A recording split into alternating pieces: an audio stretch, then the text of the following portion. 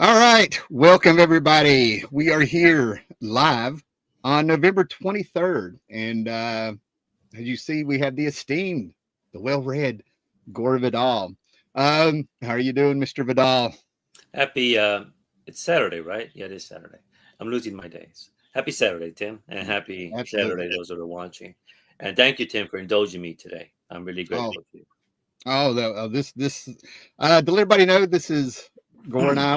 We email, quite a bit, stay in touch and everything. And I'm always ready to jump on any topic Gore wants to do. And he decided he wanted to talk about Alan Moore. And I think we know how this channel works. We'll do that in a heartbeat. So, and I want you to notice out here we have 30-degree weather. It's been snowing. I'm just you. enjoying the natural light here in my little cave, and then Gore here. You notice he's got the nice sunny weather there for their winter and stuff. So that's what I like about the internet. We can see the world, and I can vicariously live through you with this weather. So let me see here. Where would you like to start?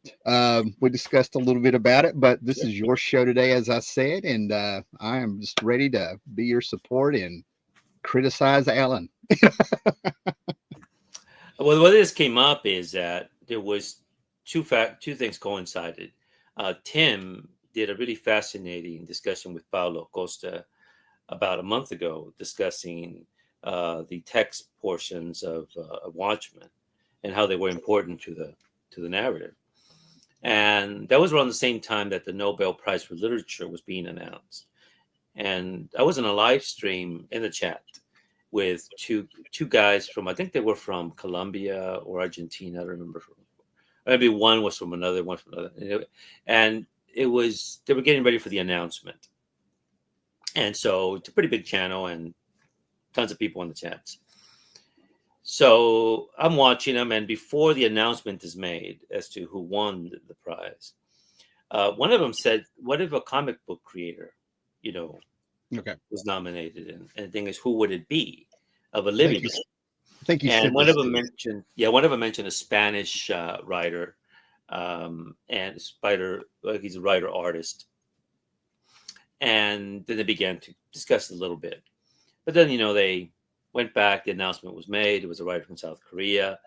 And the way these things usually play out, one of them was disappointed that this person won it. And the other person was angry about it to the point that he said the Nobel Prize is dead to me, as these things tend to happen with awards, right? Right. And so in any event, but it got me thinking. I mean, the Nobel Prize for Literature has taken liberties who who gets the prize in the sense of and what they write. I mean, Bob Dylan, as we all know, was somewhat controversial a few years ago because Bob Dylan is a musician, and although his music, his lyrics are poetry, there was pushback on that. Okay. Playwrights have gotten it, right? So playwrights have gotten it, and Winston Churchill got it. Now, Winston Churchill did write a lot of historical books, but when I checked the Nobel Prize, their website as to why he got it for that and for his oratory. And I'm thinking, oratory counts?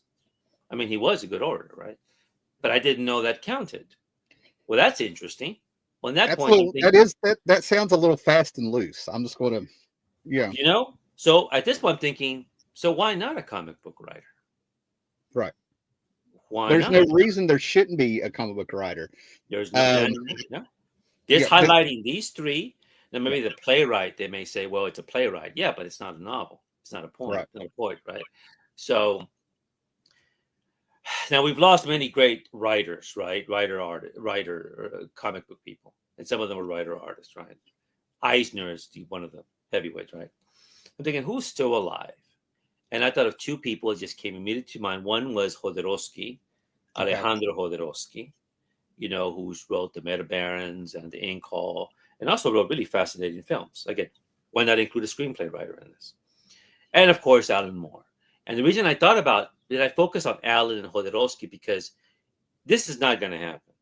But if the Swedes ever decided to nominate a comic book people, there would be uproar among the literary people Mhm. who look down on comics, and there would be definitely pushback from them, from the readers, and from the writers.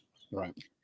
So the comic book community would have to basically come together and say, no, this person is, if anybody's going to be nominated, it's this guy or this woman.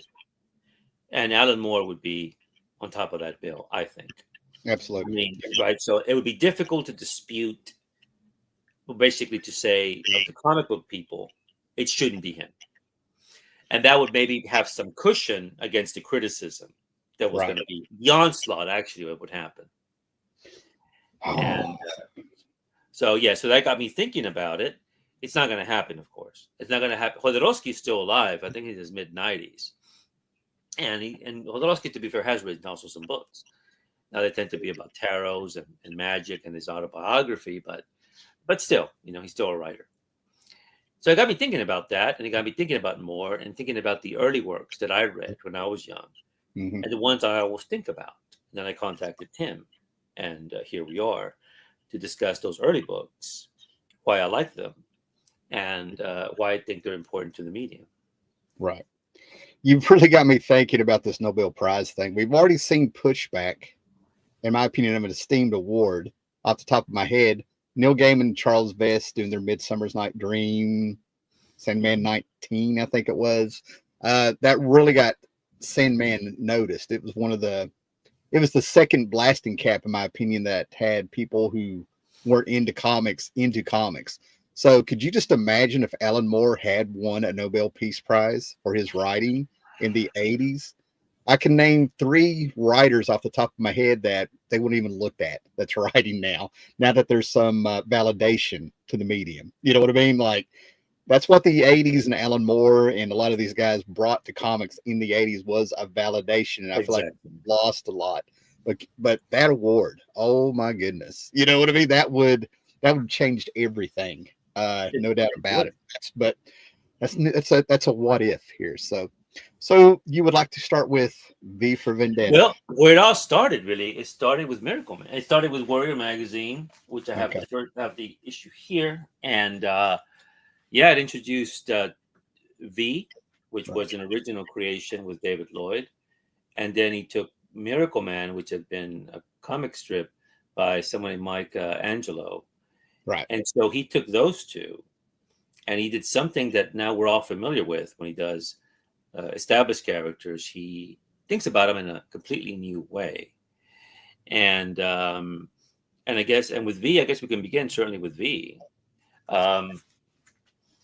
and Tim knows this, but I've done a video where my introduction to Alan Moore was in 1983 when I ordered this issue of Warrior Magazine, not knowing that it was an anthology, and I saw this guy here, Axel Press Button, and that's what got me.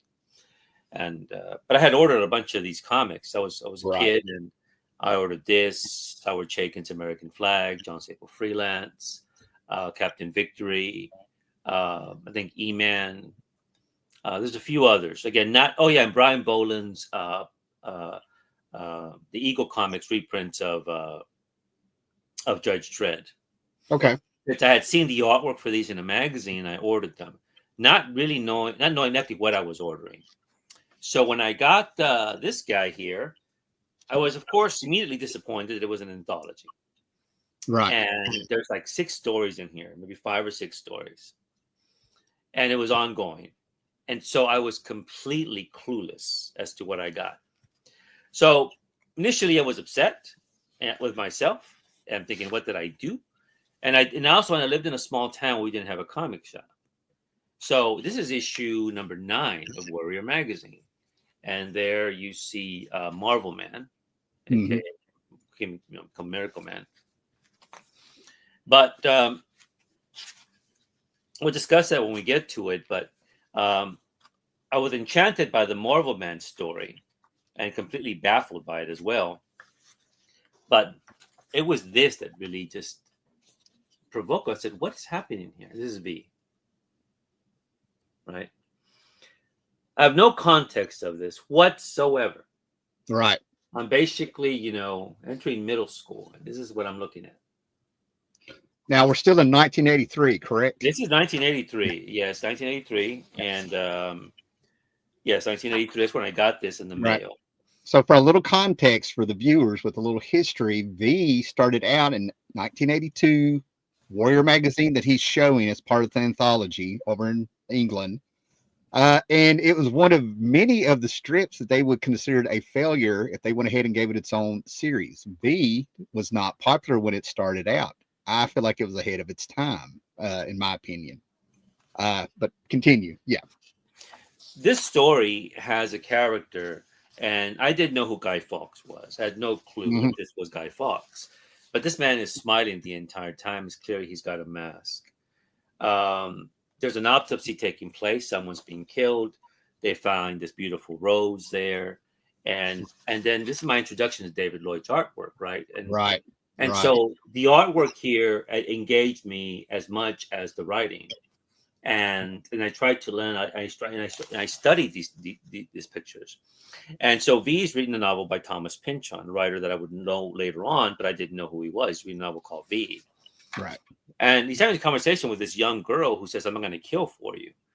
And the next page, you see this man. We learn he's a police officer, and his wife is not. He doesn't find his wife attractive anymore. He's verbally and physically abusive to her.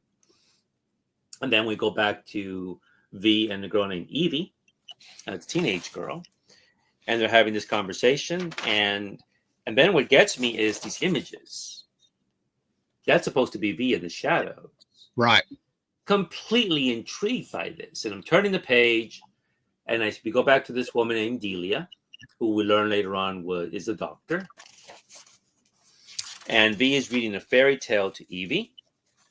Then we learn here that these men are looking through a computer screen, and they say that this V character has killed a lot of people because he was once at some kind of camp. I wasn't familiar with concentration camps at that time or what that meant. And so now we come to see this woman here. And this woman, Delia, says, "Are you here to kill me?" And he says, "Yes." And I turn the page, and that's where the story ends, to the next issue. And I'm thinking, what did I just read? Now, Right. mind you, this is 1983. I was reading Legion of Superheroes, X-Men, Right. Titans. I was reading Batman. I think Don Newton, on Detective and Batman. Don Newton had left, I think. There was Gene Colan. I think Jim Aparo would do some, I think. And so this is not Batman. This is not a superhero comic. And yet there's something heroic about it. Right. And then these people here, they seemed extremely real. As much as I like the aforementioned comics, they didn't read like this. Right. And so now, like I said, I mentioned I had gotten some other comics in the mail. American Flags issues 1 and 2 and 3. John Sable Freelance, the first couple of issues. And I read those too. And those were not like Legion. They were not like Titans. They were very realistic, even though one was science fiction and one, I guess, is a crime book, I suppose, John Sable Freelance. And then you get this. And so I knew there was something new here. So when, I know we're going to get to Swamp Thing, but when Swamp Thing emerged, I guess about a few months after this or about a year later, I'm reading the letters pages like you, Tim, like you did, and people keep talking about Swamp Thing. Some guy named Alan Moore. I'm going, where do I know that? Right. And so I got it, and I got the first Swamp Thing issue I got was the one where Etrigan appears. Okay. Yeah. Right. So, Kirby character. Yes. That's right. And I didn't know who the demon was at that time. So I picked it off the newsstand thinking, hey, it's the same Alan Moore. But I was still intrigued. What was this? You know, and again, I had not moved yet to a place that had comics and would have these. So V at the time and Marvel Man or Miracle Man were entirely different than what I had read as a kid. And certainly here in the US, I don't know how many kids were reading this thing, probably just a few. But certainly it was not what the mainstream comics were. And mind you, this is 1983. Frank Miller has already done Daredevil and changed that from the Marvel endpoint. And now we have him jumping on Swamp Thing.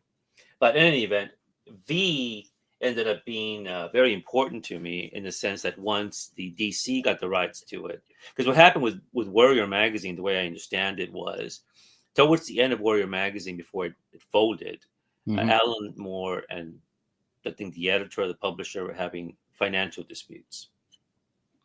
So he didn't, I think he stopped writing it towards the end of Warrior Magazine before it folded. And after it folded, the way it worked out is Eclipse contacted him to say, "Do you want to finish Marvel Man?" Right. And then DC said, "Do you want to finish V for Vendetta?" Yeah. And then we got the singles. This would have been by the late '80s. And with V though, when it comes to Alan Moore stuff, it's V and Miracle Man, the ones I often return to. Basically, those two books, then The Killing Joke, then Swamp Thing, and then Watchmen. And these are the ones that I usually think about, the ones I reread, Right. and the one with V. Yes, V is just I think a remarkable work for the time. Yeah, I think just kind of looking at it, if I was speculating as a collector on the outside of the industry and stuff, we have Alan Moore's success with Swamp Thing. We have Alan Moore's success with his Superman stories, and of course, probably the most of all was his Watchmen, which is where other people were like, "We need more Alan Moore." They could not turn him into the machine that they wanted. So they started, in my opinion, looking back on what do we have left here, and they found the unfinished works started in Great Britain, but it's brand new over here. I think when Warrior Magazine folded, I think what you said was exactly correct, and I think he had maybe 1 or 2 chapters of V they never published, so he actually got to finish it. Now, on a little side note for me, I don't think I can try to remember. I've mentioned it somewhere over the years on here, but I could have read V much quicker if I realized that it was really 10 issues instead of 12. I don't think I ended up reading it until the early 90s, in my early 20s, because back then you had 4-issue miniseries, 6-issue miniseries, 12-issue maxi series. So whenever I would find V in that DC let him finish, I think chapters 7 through 10 was the new material, I think. And so I never would buy it unless I could have it all, because I was an Alan Moore nut, and there was no way I was going to spend time not knowing when I could get those last 2 issues. Turned out it was 10 issues the entire time. It made no sense at the time when you had, like I said, 12-issue miniseries and everything like that. The numbering was unique as well. And that just shows you the power of Moore, where they didn't push him.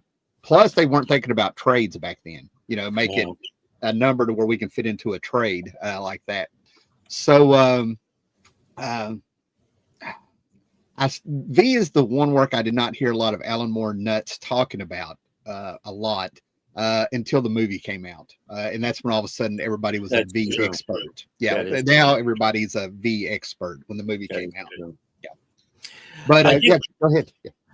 No, you were right about the film. And I remember when the film came out, I was a subscriber to Vanity Fair at the time, and Vanity Fair did a huge profile on the film. I mean, it was a glowing review of the film before it was released. It was a lot of hyperbole was used in that essay. I think the writer was a guy named Michael Wolff, who was a political writer. And I would see him on the cable shows. And but when the film came out, though, I saw the film, and this is again why the medium is just the comic medium is unique, right? Yes. I was in the theater, and when V would talk, I mean, I understand it why they did it. I mean, etiquette's one thing, right? Is you could hear people giggling in the theater when V was talking. Yeah. Very theatric. Is that a good way to put it? Very theatric. Yeah. The way V. It was very theatrical, and I think most people, I mean, if they don't read mainstream comics, but they go see the Avengers, Thanos, right? Right. V is even more obscure, and the way it was promoted, you have Natalie Portman, and you had all these incredible fight scenes in the trailer, and this is a few years after The Matrix and that sort of thing. So I think you have an audience going in and thinking, what? So why is this guy talking funny? But in here, no, not at all. For us, the reader is just, wow, okay, we know what he's doing. He's quoting literature and such. And there's a reason why he talks this way. But from the reader point of view, we can imagine his voice, and it works for us. And also, when the film came out, I mean, this is the colorized version of V, is that David Lloyd and the coloring here is very atmospheric. And there's a sinister quality to this book, a very enchanting, sinister quality. It just draws you in. And then years later, when I learned how Alan Moore writes his scripts, where he is very, very specific how he wants the panels drawn, right? Yeah. With the artist. This makes a lot. I mean, it makes every panel it's extremely important why the panel looks the way it does.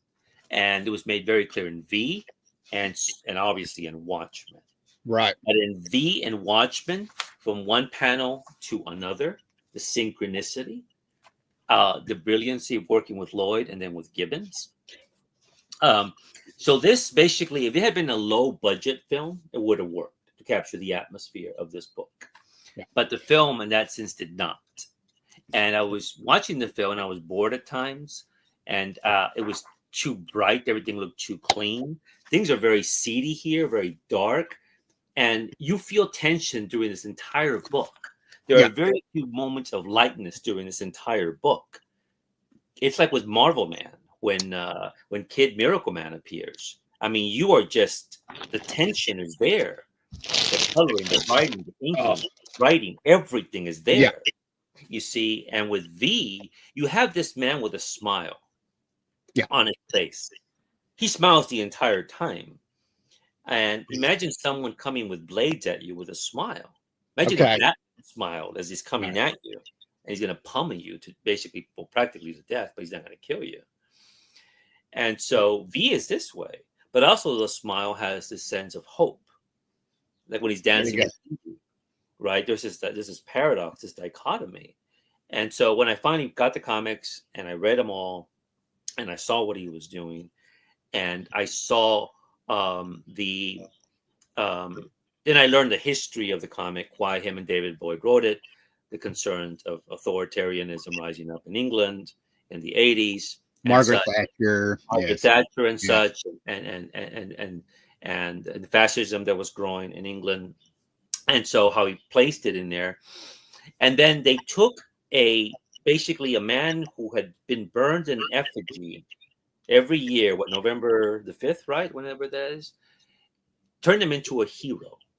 Yeah. Something Alan Moore is just going to be doing, right? He's going to turn him into a hero. And here he successfully blows up Parliament. And so he is a man who, for the context of the story, for this, we have not read V, but I think people have seen the film, is there's no more nuclear weapons in England. So when there's a nuclear war, England's not directly hit. But much of Europe is wiped out. Much of the world is wiped out. Right. Chaos in England. So an authoritarian regime takes over. It's a right-wing one. It's a fascist one. And they start taking the undesirables. And the undesirables are the gay people, the African Americans. It just targets these people and puts them in camps. And at one point, so V, quote unquote V, and others are going to be experimented on using some kind of hormone therapy. And the person who is going to be in charge of that is the woman that I showed you, a woman named Delia, who is injecting these people. The woman who says, "Are you here to kill me?" And B says, "Yes." And she says, "Thank God." Yeah. You wouldn't see that in the mainstream comic in the 80s. So you have V, who most of the people who are experimented on die. They have growth on their bodies. It's horrendous how they die. With V, though, there's nothing physically visible about it. But mentally, something has happened to him. And he's in room 5. V, yeah. V, he's in room 5. And Roman numeral 5 is what I mean, people, when I say Roman numeral 5, that's yes. right. And that's intentional. And that's a Roman numeral 5. Yeah. And so he starts to develop, when the doctor, it's wonderful here, when the doctor says, when he looked at me like an insect. and there's something he would dissect. Less than human is what He's he's very trying to get less than across. human, Yeah. according to her. But he starts to cultivate a garden, and he starts Mm-hmm. to have these beautiful roses. Well, they're called violets, but they basically look like a rose. And I think the rose is important because, well, I'll discuss it in a little bit. It's like the white plume of Cerno. You know what it symbolizes, I think. It symbolizes, but I think it goes deeper because when we get to V's his home, and you've noticed it descends like on a staircase, right? Right. And if you notice in V's library, he's got a lot of books. Mm-hmm. He's got Das Kapital. He's got Mein Kampf. He's got Thomas More's Utopia. He's got the Divine Comedy. Right. He's got a lot of books. But in Divine Comedy, you have this dissension into the different levels of hell, into purgatory. But I've read the Divine Comedy, and at the time I didn't, but since then I have read the Divine Comedy. Right. And the way it concludes is eventually Dante goes to, and Dante's being led by Virgil, but eventually Dante is going to be led by Beatrice, the woman he always loved, into paradise, even though Dante's not dead. And paradise, you have the Imperium, and the Imperium is a red rose. Okay. And so the rose in our story that V is using to cultivate, using these beautiful roses, growing these roses in the concentration camp, and then giving the rose to the victims that he kills. But there's beauty in that rose. But the roses are important because when V was imprisoned, and I guess you had mentioned her before we started, Tim, is he's got an inmate next to him, a woman who had received roses, or either had received the roses or given them to her lover. And her lover who betrayed her lover who was tortured and gave her up, and her lover who couldn't live with that, her lover took her own life. Now, I don't want to break up your train of thought here, but this part you're bringing up to me is the linchpin, most important part. Yes, that's why I linked it. No, this is now Tim. Discuss, please. Yeah. We were talking about. Yeah. So basically, what we're talking about here is the movie actually did something good. I may be merging it with the book a little bit. I want to kind of backtrack and lead up here real quick, but the movie V is what people watched. To me, that's where like this trade came from, things like that. All of a sudden, everybody's interested in V. They're reading it. I'd already read V, and I assumed after seeing other Alan Moore movies like From Hell and stuff, I had resorted myself to having this opinion of like, okay, they need to get this right, and if they mess up everything else, I'm happy. So what happens is with Evie, V decides to put her through. We don't know it as a reader. It becomes an unreliable narrator all the time. We're with Evie, and we think that she is captured after doing this first little plot, this little setup with V. Right, here we go. And she gets captured by the government, or so she believes, and she's in a cell. And she's basically being starved and tortured every day. And they want her to tell them where V is. You did this with V. You did that with V. And all of a sudden, she has a rat that comes in. And then one day, in a crack in the wall. So we know there's a crack in the wall. And then all of a sudden, there's a little piece of toilet paper slipped in there. And we find out, I keep getting her name wrong. Everybody has the letter V in their name. Or is her name Valerie? Yes, it's Valerie. Okay.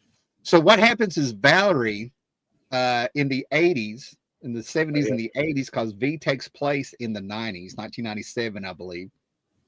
But what happens is Valerie, the government has swooped in and gotten everybody, and Valerie was a lesbian. She came out to her face. She brought her first girlfriend home in the 70s, and on this little piece of toilet paper, she's telling Valerie, I don't know who you are, but I know I already love you.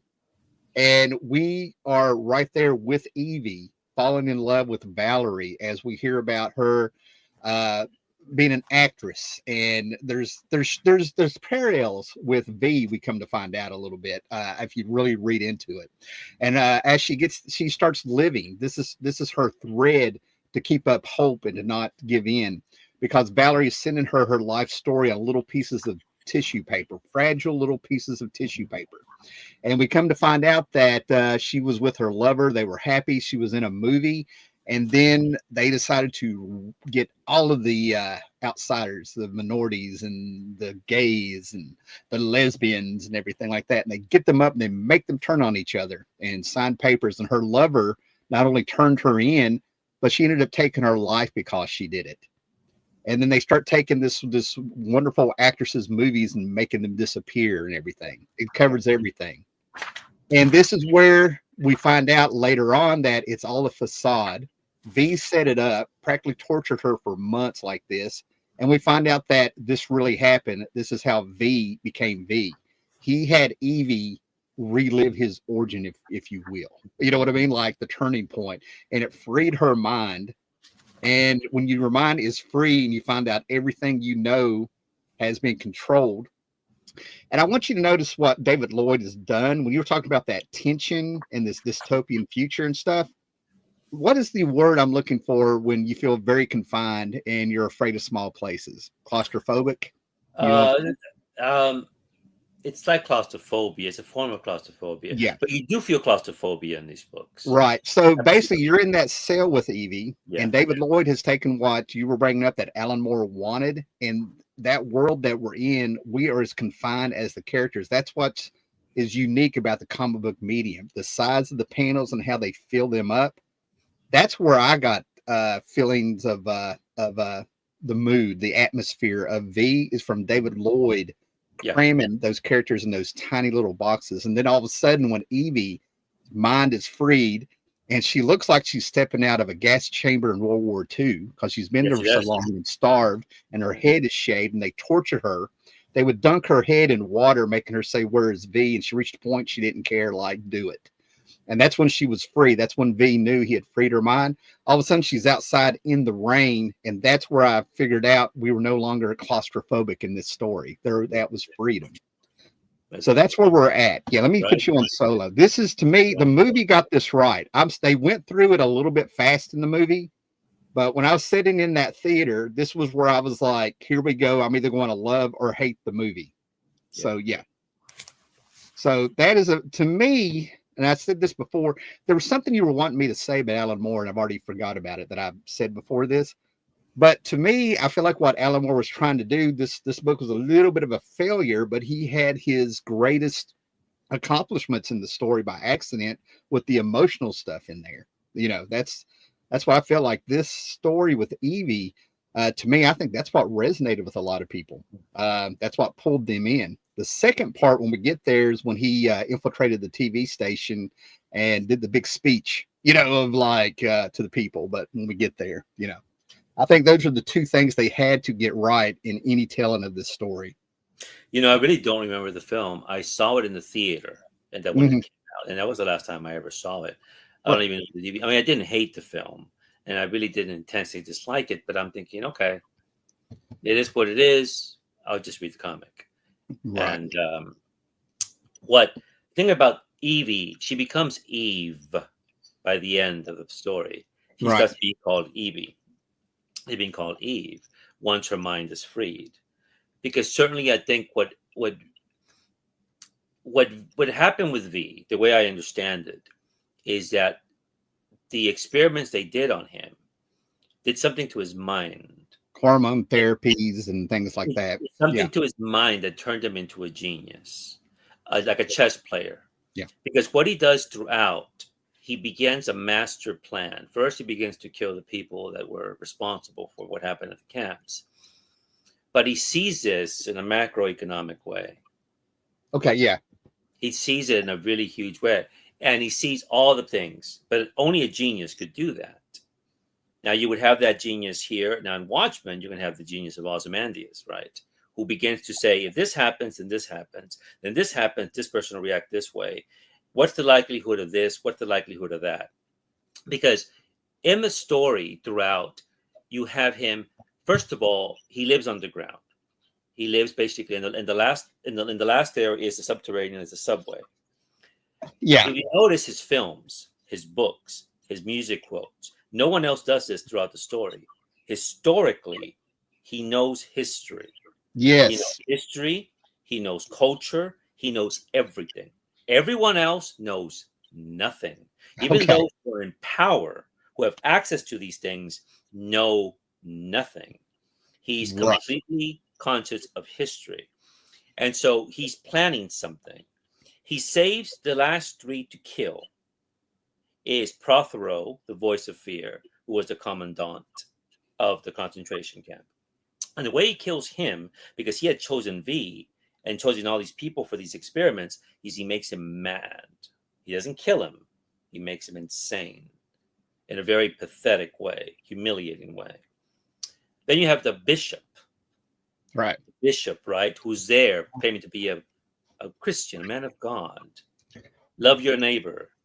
And yet the way he kills him, it's sacrilegious. He gives him a host that's poisoned and makes him eat it. And finally, this is in 1982. People need to know the time frame. Yeah, time frame for this. And then the doctor who injected, are you here to kill me? He says, I already have. I injected you 10 minutes ago. But she's the one that has remorse. She's the one that has remorse. That's why you're here to kill me. And she says, thank God.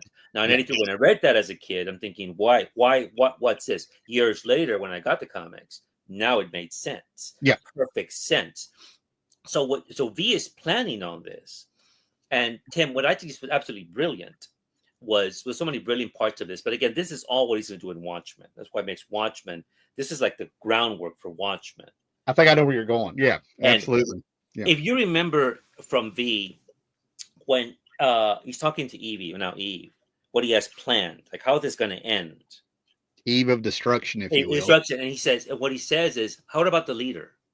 The leader who sits there in front of the screens, right? The man named Susan. The mouth, the face. Mouth. I think it's called the mouth. Well, I think he's calling him the leader. They have all these names, right? Got you. Yeah. He's the leader, right? How are you going to deal with him? And he says, you have a rose for him? He goes, I have a very special rose for him, one that I've been cultivating. Now, initially, I'm thinking, okay, that's going to be the way it ends, how he's going to blow up everything with all those flowers. But no. If you remember, Tim, back to the issue that I showed you, that incredible is one that I showed you as a kid. You have the woman getting abused. Her husband's a police officer. You remember the name of the woman, Tim? Her name is Rosemary. Oh, yes. I did catch that when I read it. Yes. Her name is Rosemary. Now, for the comic, basically, people who have not read V, what happens here is after he kills Delia, one of the people figure out what he's doing, that he's killing people who worked at the camp. And Delia is probably next on the list. So they send this man named Almond, the one who's abusing his wife. And he's a corrupt cop. Luckily, all these police officers are corrupt. And when he shows up there, initially he had his gun. And he had been messing with his wife. And he pulled the trigger, but it was blanks, right? I mean, it wasn't loaded. But he forgets to load the gun when he confronts V. So when he aims it at V, it doesn't. It's unloaded. Right. So V kills him. And so Rosemary is now, she doesn't get benefits from the government for his death. She has to basically, not say prostitute herself, but she has to work at a cabaret. She gets involved with all these seedy people in the government and in the mafia. And at first you're thinking she does this for survival. Right. But then she says, I want a gun. I want a gun. And at first you're thinking, who does she want to kill? But eventually, she wants to kill the leader, the man who sold them on all these visions of I'm going to keep you safe. I'm going to do all these things. Her husband worked for him. Her husband was loyal. And she's the one who ends up assassinating him. Right. So when V says, I have something I've been working on. And again, you're thinking, how did he get this all going, right? How did this happen? But there are many clues like that throughout this book. And so she's the one that kills the leader. Yeah, in the song Vicious Cabaret, I'm not going to go into that because you're putting things together. One of the things I want to point out real quick, I about had an epiphany all of a sudden, is you started bringing up, let me bring up his lair for a minute you talked about, right? There's no doubt in my mind, and I think I know I've read it somewhere, that Alan Moore sent David Lloyd a list, and it was just like almost bullet points. This is everything we're going to put into this character V. He had Batman, The Shadow, and then he had some political stuff, and then some other books, 1984, things like that. And that's what he did. He was just like showed him sent him a list. So there's a lot of The Shadow in the Batman, and a little bit of Zorro in there, in my opinion, of making V, from the costume and the. If you look at this real, if you squint your eyes, it's very pulpy. You know, the hat and the replace the guns with scythes or swords or whatever he uses and things like that, right? So with his lair, instead of it being crime fighting equipment or hiding his horse and things like that, he's collected the band art. Okay. He's collected he has these fantastic oil paintings that he's gotten from the museums that were banned that the government took and everything like that, right? So that's what I'm saying. He's aware of history. He's aware of art. You can't if you don't understand art, you're not going to understand politics, and things like that. I mean, there's all sorts of things there. You can go with the way that V has shaped and filled his mind. And of course, that's why he's talks about Parliament and the Guy Fawkes incident and everything like that, right? But you said that his spiral staircase in his lair, you referenced Dante's Inferno, and then all of a sudden it dawned on me, he is born of fire. When he escaped from the concentration camp and everything like that, he blew it up. He walks out naked. I mean, it's on the cover of the freaking book. He walks out naked from fire. He's returned he's went to Dante's Inferno, if you will. Mm-hmm. I'm being oversimplistic here, and now he's returned. He's the hero, but he's their demon. Their devil has returned. You created your own devil for your downfall. Mm-hmm. You took this to another level for me here. All of a sudden, now I have to reread it. But he plays with the colors. I don't know. With Moore, I feel like everything means something, but not everything means a lot. That's been my mantra here lately. But we have the rose and we have the color blue that Lynch uses a whole lot. The water and the fire. Eve was born of water when she walked out into the rain. And then we had V, who's walked out. And you just put this all together for me all of a sudden. I'm going to have to reread this. So I think you nailed this. I think this might be your work of Alan Moore. That's the layers are clear as day to you, is what it feels like. I don't know how right I am about these things, but basically, I guess to conclude with this book and how I think it's a masterpiece in the medium is we never see who V was. We never we don't know his identity. I actually was going to bring this one up. Yeah, go ahead. Yeah, we don't see his identity, and at one point, Evie has a chance to unmask him. Now, he had asked her, "Don't unmask me," but you already but know who I am, but don't unmask me. And what I mean by I am is what I represent.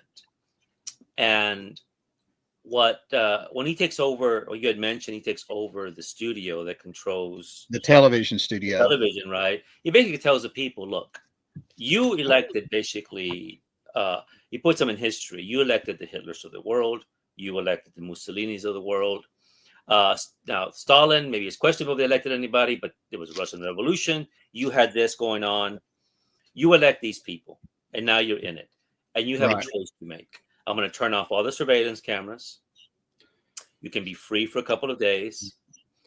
And you decide, because he basically wants them to do, because he talks about anarchy, right? Anarchy is like we had commented before, Tim, is not this just chaos. Chaos is separate, but anarchy is when you govern yourself, which in a way is the Jeffersonian principle.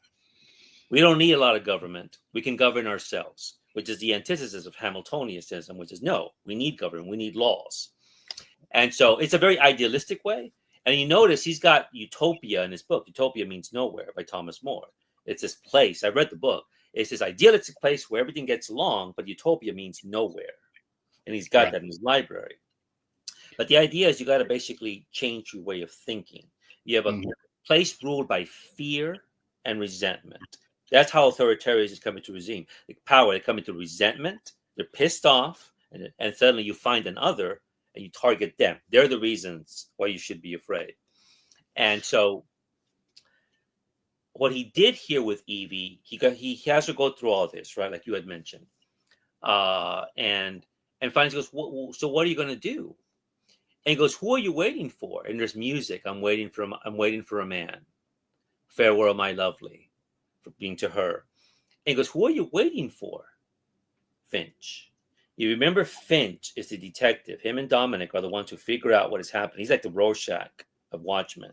They Oh figure my out. God. Yes, Remember he that? is. Finch goes to Yeah. the concentration camp because Finch had a relationship with Delia. He Yes. thought he knew Delia, but then he read her diary and what Yeah. she did. He thought she was a quote unquote good person. But in this situation, it's very hard to be a good person in this type of world. But he still loves her. But he wants to know. He goes to the concentration camp. He takes some LSD because he thinks that's what I need. I want to see the world how V Right. sees it. Because to capture him, to understand him, I need to see it. And he's Yeah. not a normal human being. He's not normal. So I have Yeah. to think like him. And when he goes to the camp, he starts to imagine what the people went through, the people that were targeted, and he imagines Delia there in the distance. See, And when this it is happens, fantastic. This is fantastic because I just thought that was a person to give us some exposition. He was a tool. No, he's much more important. You're no, right. he's a Yeah. plan. He's the Yeah. man he's waiting for. Yeah. And then Yeah. he's trying to figure. I remember when he leaves, he's walking around, be this, be that, be that, be this, be that, and he goes to the subway station. And this is that's when I knew this is something quite full. Let me Yeah. find it here for you. He goes to the subway station, and that's where it finally clicks on it. It's shaped like a V. It's shaped like a V. And this is Yeah. after this leader has been assassinated. Let me try to find it here for you so the readers can see what Moore is doing here. And this is when it finally clicked in some ways what he's planning to do. Let's see, where is it? Where is it? Where is it? Where is it? Here we go. Look at this. Right here, Tim. Right. Right there. I'll put you on solo here, sir. Okay. At this point, he knows that at least he goes, that's where he is. He puts this and this together. Right. Right? Okay. Now, keep this image in mind. Please keep this in mind. So he descends into the subway, and there is V down there, right? And oh, sorry, is that the one? No, I'm sorry. Now it's what he does is juxtaposed with the assassination. Rosemary, right, is going to kill the leader. Finch is now going to be the potential assassin of V. Again, this is all basically how he planned Watchmen, or how his mind thinks. Yeah. These two pages are juxtaposed here, right? So anyway, he shoots V, but nothing happens, and V says, "I'm not flesh and blood. I'm an idea. Farewell." Right. Yeah. But then he sees the blood. So then it's announced. So he thinks he's killed V, at least mortally wounded him. An announcement is made that V has been killed because V has said he's going to show up at midnight. Mm-hmm. He made an announcement he's going to show up at midnight, but now he's dead. But then, as he's thinking about this, he's thinking, this man's pretty fast. When I reached to my gun, he already had the blade. He did stab him, but he didn't kill him. Finch, I mean. Right. I'm thinking, but look at his face, what Lloyd did here.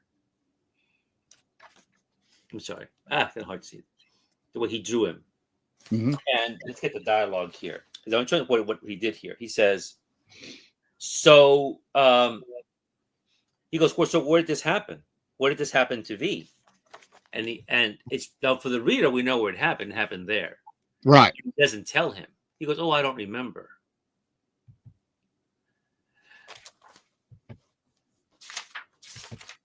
Now, jump here where you have Creedy, who's a government man, but he's working with criminal elements, this man named here. Mm-hmm. So Creedy's killed, right?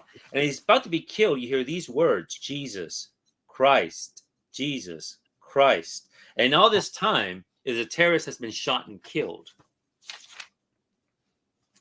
And finally, V does show up. And there's with Evie. He's been shot. And he tells Evie, basically, is that don't unmask me. You're going to carry on. So the idea is a V, right? Now, at one point, Finch tells his friend Dominic, everyone needs symbols. And when he says that, there's a cross on the wall. Christ, as we all know, had his dinner. He knew he was going to be betrayed by Judas. Right. He knew what was going to happen beforehand. He knew what the betrayal would lead to. He knew he would have basically he's going to be tortured. He knew he was going to be killed. but it served for a higher purpose. Right. V here knows all this. Finch is his Judas. Finch kills him. And that victory is shaped like a cross. And they're saying he's going to be, and they say the insurrection is over. The insurrection is over. V has been killed. Right. Resurrection at midnight Right. when he appears, like Christ appears 3 days later. This was another reason I thought Finch was just a plot device. That's the word I meant to use before. You know, he's the one that gives it a moment to change the story here and there. And I thought that was his whole purpose. You definitely elevated him. Absolutely. Yeah. So V is now the idea of not salvation, but basically the idea of these people determining for themselves. Do you want? Basically, it's from Voltaire. Voltaire basically has a final line in his poem, in his novel Candide: "Cultivate your own garden." What kind of garden do you want to cultivate? The roses, or has the bloom already left? Right. Is it gone? Is it too far gone for you to do this? The train going away. I thought, And so, and finally, and so Finch at the end has this where he walks out into, and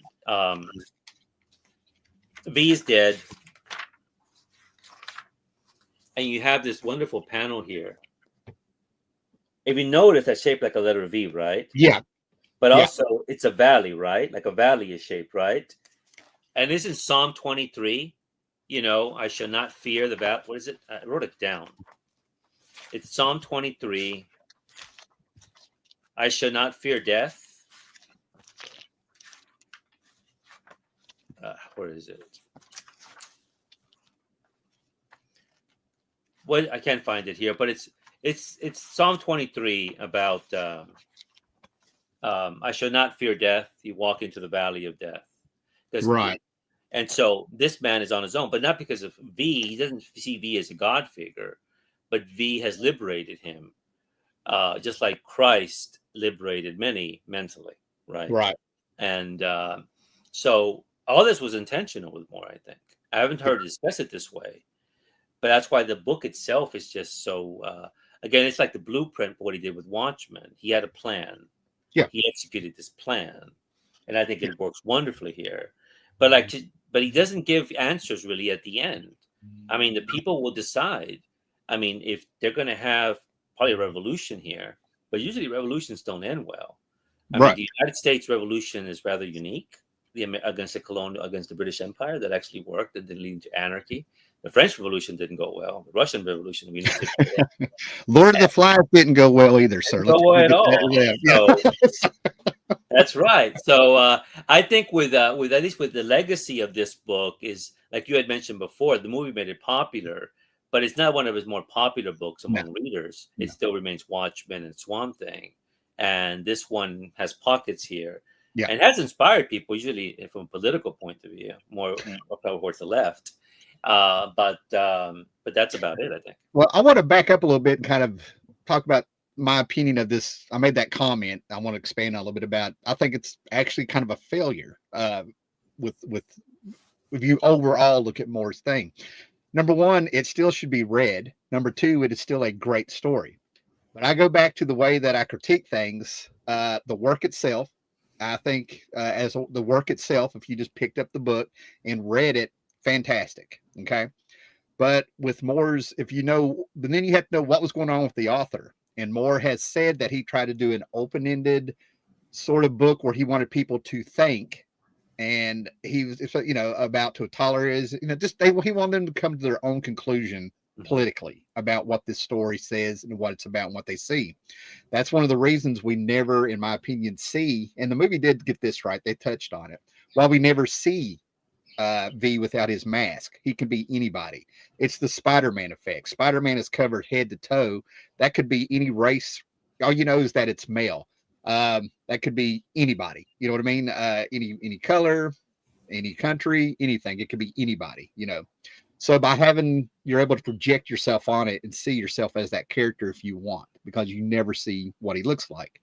So they got that right. And then you read a story by what was going on at the time. This is a place where I also think that Alan Moore, I'm on the fence about if that's a success or not, because he took things that were going politically, as you touched on at the beginning, what was going on with Margaret Thatcher's Great Britain back in the time with the crazy things that she was saying, about literally having an island where she wanted to send all the gay people and things. But that's where I think Alan Moore's politics at the time may come in there and get a little jumbled because he went to the worst case scenario, yet we got this absolutely fantastic story out of it. So I think when you look at this work on its own, completely on its own, I think it's a success for what Alan Moore was wanting to do instead of having conservatives versus what are there? There's the laborers and the conservatives, but then there's branches because of there's fascism. Right. I mean, there's everything in the back. Yeah, it's that's exactly where I was going. That's exactly where I was going. So it ends up being about it ends up being about totalitarian in the end. Yes. Yeah, in the end, versus anarchy, and people don't understand what anarchy really is. If you take V, his symbol V, and you turn it upside down, it's the anarchy symbol. Mm-hmm.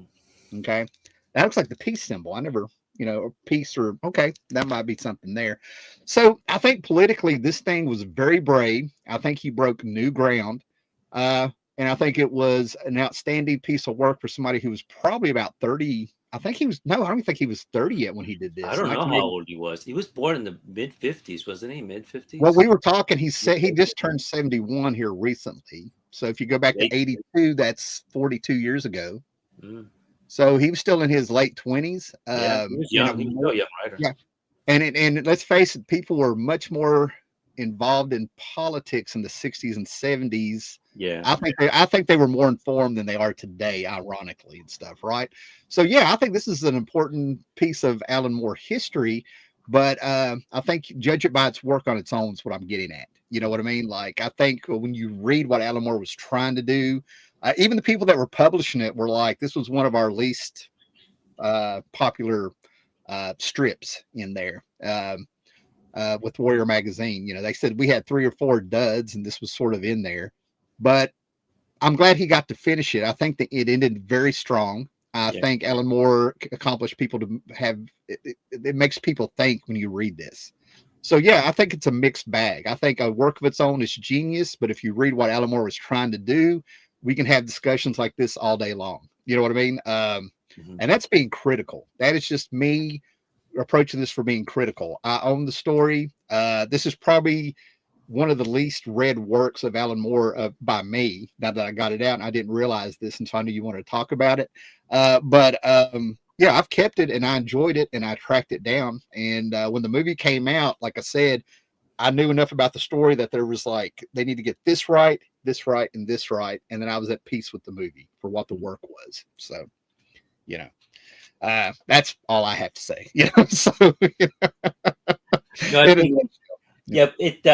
Thing is, when he was doing this, and he was doing this with Miracle Man or Marvel Man. Yeah. And but this is a story where basically you can say, okay, it's not a superhero story. Right. But I guess we can now go into Miracle Man. Well, I'm going to break and acknowledge some people watching us. Absolutely. I'm sorry. We've been talking all this time. There's people. Oh, yeah.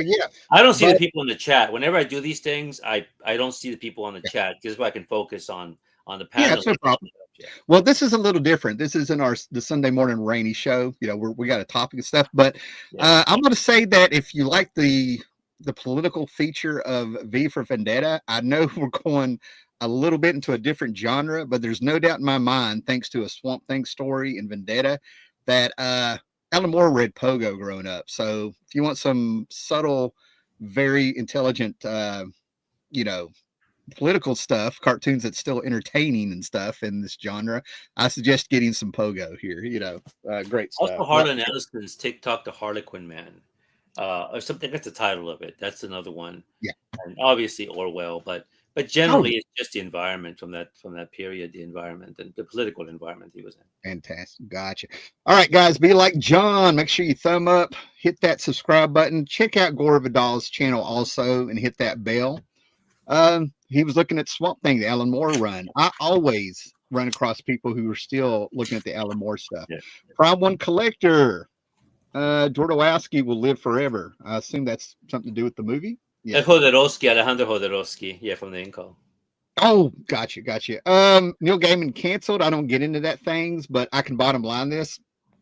Neil Gaiman will not be canceled because his fame far exceeds what he's done in comics on the outside world. He's like a hot potato right now, but he's not canceled. People are thrown away. And to be honest with you, that really died down pretty quick. Comic Crack is here. Great to see you, Parker Oh, okay. Rizzo. Well, Alan okay. Moore is the pinnacle of writers. In my opinion of reading comics for 50 years, his Swamp Thing run is my favorite work. I would love a Frank Miller review by you and Gore. I'm up for it if we get the topic. You know, Miller's uh, top for me too. yeah. Always. Yeah. I feel like there are certain runs that should be mandatory if you're going to read comics, and I really hate making a statement like that because comics and the collecting, it's what grabs you. But I think you have to read good comics and you have to read bad comics in order to be able Sure. to critique. You Yeah. follow what I'm saying? Yeah. You need to know the good stuff. You know, concerts. I think a lot of concerts are horrible because I got to see a lot of the good bands who got to see a lot of the good bands before them. You can't have an opinion if you don't know what's good and what's bad. Mind the comics. Oh, I know why he's Oh, popped hey, up. Gus. Yes. Great to see him. I haven't seen him We'll see you forever. guys in a while. Yeah. Dave McKenzie, great episode. Thank you. May not be able to stay for the whole live broadcast, but I look forward to watching this one. Well, I'm going to play with the title. That I see where it goes. I always do that.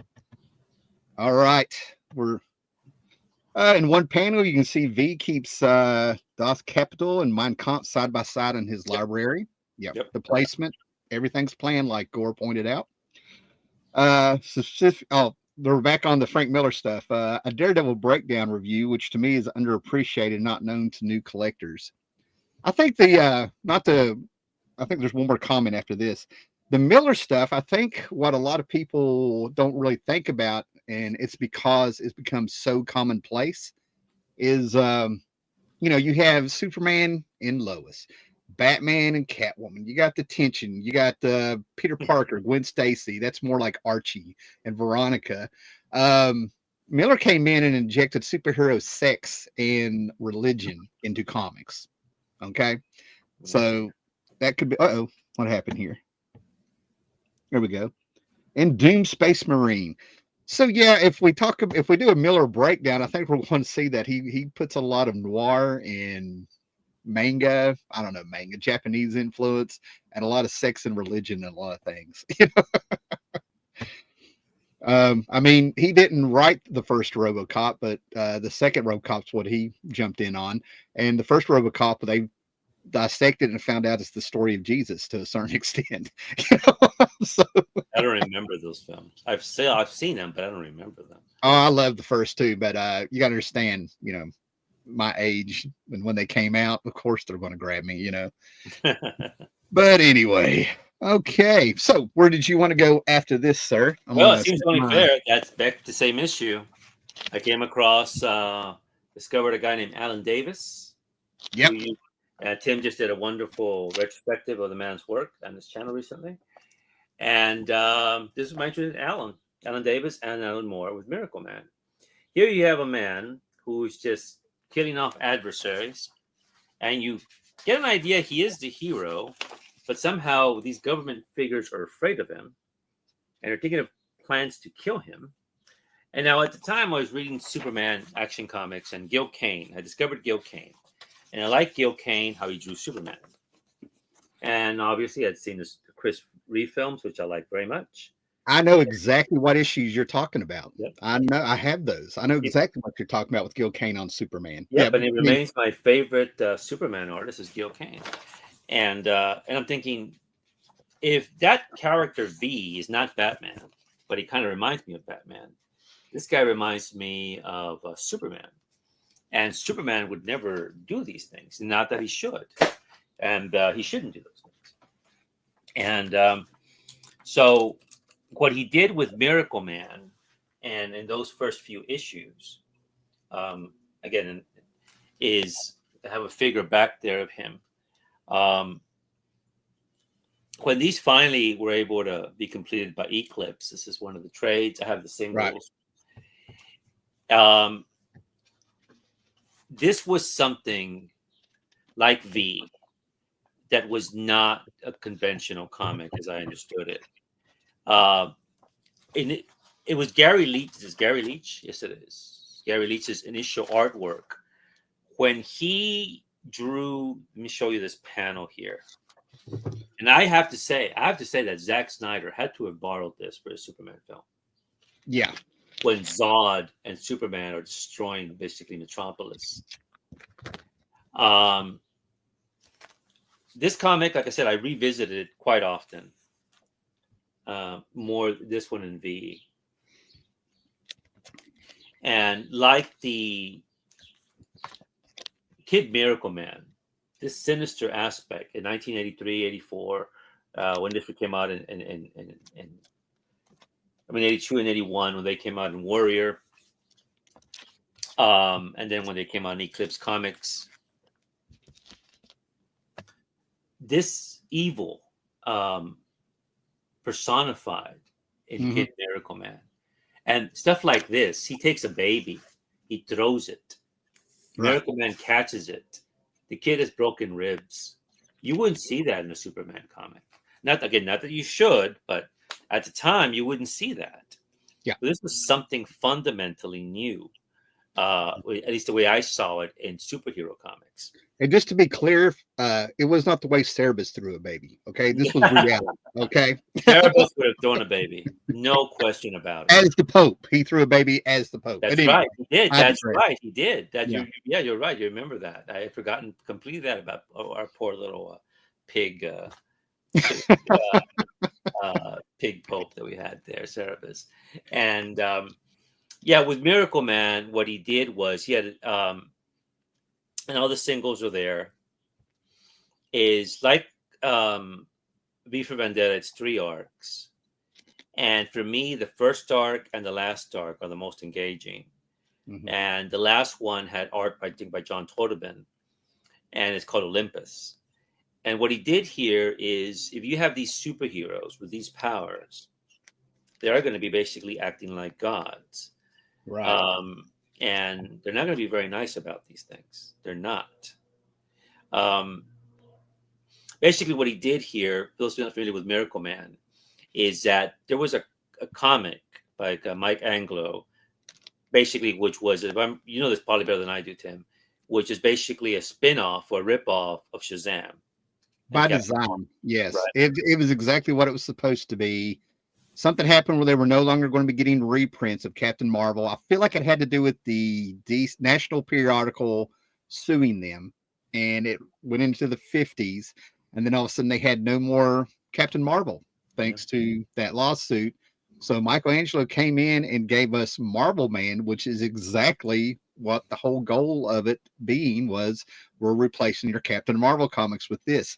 One of the issues of Miracle Man, due to Eclipse Comics having a flooding, gives you some of those stories from the 50s. I thought it was made up when I read this. I thought that was a made up story. So did I. Yeah. It turns out it was true. Yeah. And they had a flooding in the Eclipse offices, so they couldn't put out anything new, so they just grabbed some of those old 50s stories, and they gave you about, I think, three stories from the 50s. And that's when I realized this was real. Yeah. So they gave him. So basically, when Warrior gets these, and they're allowed to do this, he says, "Well, this sort of Shazam story is kind of silly, Alan Moore." And what he does is he takes the Miracle Man family, and there's 3 that we have to focus on. There's Miracle Man, actually just the first 2, Miracle Man and Kid Miracle Man, which is right there. I would pull this out for nobody but you, Gore. I'm just going to let you know. Yeah, that is one of my favorite issues in any comic of all time. Is that what he did? Is that those cartoony Michelangelo cartoons, or if you can imagine the Shazam cartoons, the comics from the 60s, imagine that all those were implants in the minds of these men and women. They were implants, and that they were themselves part of an experiment by the government using alien technology, where you can have they would duplicate your cell, and one cell would be a superpowered being, another one would be a human being, and that's what they did here with them. But they put them to sleep basically, so they're dreaming this, but they don't know they're dreaming. So Yeah. they Can I have them. point out something here? Yes, The same people that made the Matrix made V, and what you're talking about that the Miracle Man cast did is they were in a Matrix where they thought the Silver Age was real, that they grew up in. The comics were real. Yeah. perfect. So basically, you can tell that this book influenced many things other than comics. So I'm just, I yeah, like what Tim said about the Matrix of it. The analogy, it's perfect. Is they really believe they live in a cartoon world, that villains like Nasty Man, and they say words like "holy macaroni," all these things. But then they begin to see something's not right here, and they begin to question this. And all this time, the government is studying them, and they're thinking, "What if they wake up one day? We don't have a way to control them."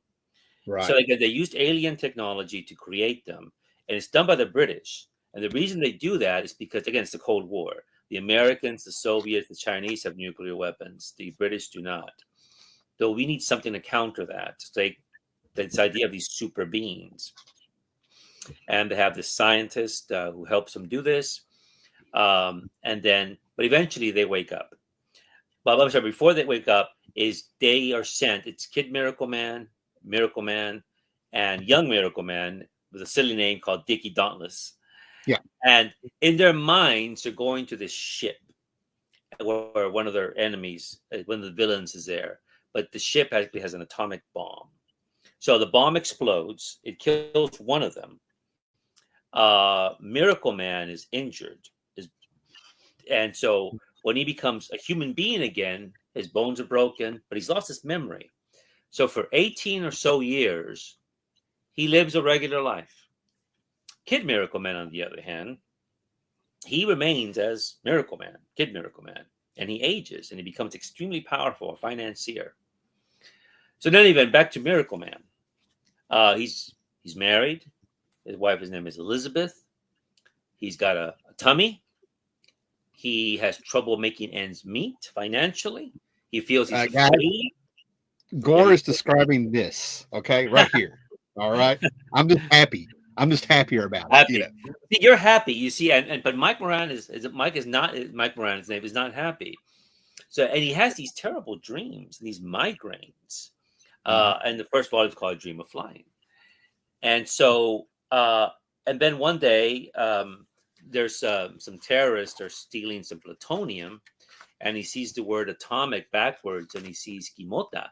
And Kimota is the word that the signals, like in Shazam, It's just Kimota, Shazam. Yes. bingo, turns him into Miracle Man. So all this, now he's free as Miracle Man. But then when he meets his wife, Liz, again, when she goes to see him as Miracle Man, first she goes, "Who are you? You're not my husband." And let me show you here what happens here. That's his wife there. And he Right. starts to tell her his story. But again, he doesn't know about the implants. He thinks those memories are real. And he thinks that some being, some astrophysicist, God, gave him this power to fight evil. And she starts to laugh at him, thinking this is a really dumb story. Right. And he rebukes her, saying, "You're making fun of my life." But let me kind of emphasize just a little bit here because you're doing you're doing a great breakdown. But what people need to realize is that this is before Watchmen. This is the Yeah. real world. This is imagine your wife and or husband, your boyfriend, girlfriend, or whatever, all of a sudden turn into you after you have been married for years, telling you this. He is approaching the fact that this is his what if the superheroes were in the real world. This is what happened. Okay. So this is like me telling Gore, "Hey, dude, I went out and dressed up like Captain America and just wandered around town. I couldn't find anybody mugging anybody or anything, man." You're like, "What the hell are you talking about? What are you doing?" Yeah. I think you're out of your mind. You think the same Yeah. way with me. And so they get a call from Kid Miracle Man, and they realize that he's alive. And they go to see him. And now he's this big executive. And all this time, though, he's been the adult Miracle Man. Remember, mind you, this is important to the story.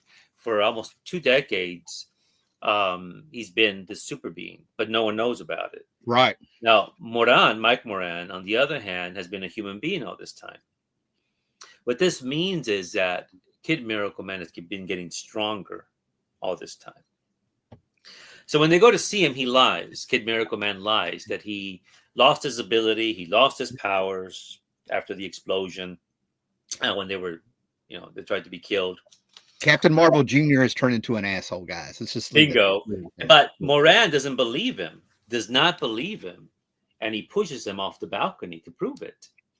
And yeah, he's not. No, he is there.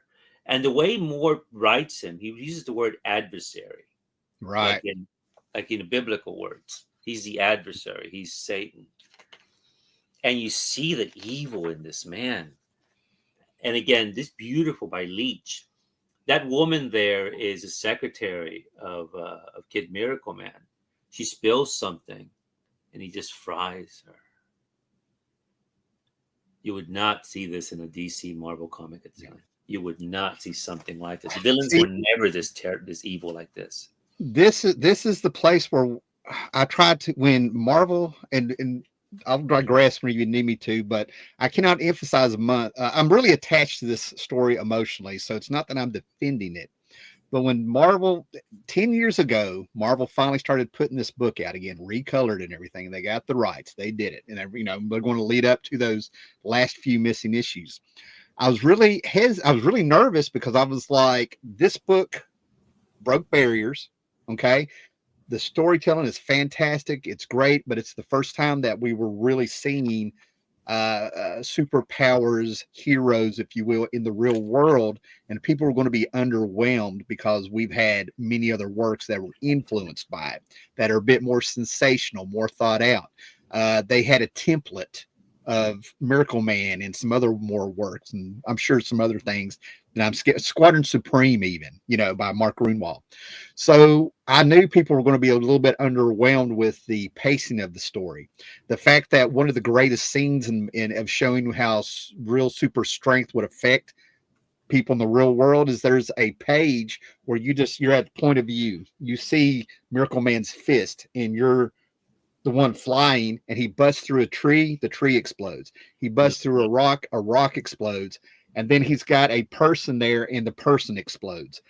I knew I was real worried about this. At the time, this was groundbreaking, and I still think it holds up.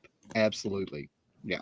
Tim's point is important because I don't know how many people I've met over the years that whenever they do read some of these early works by Moore and Miracle Man, those of you that have read it, they are underwhelmed. They're saying, well, you've seen this before. Even before this? Oh, no. They'll say something from the 2000s or something. I'm thinking, oh, well, the point of this was new at the time. But they can't get beyond that. And it's really frustrating. And so it is underwhelming for them because they can't say, well, can't you put yourself in that position back then? Can't you open your eyes to that?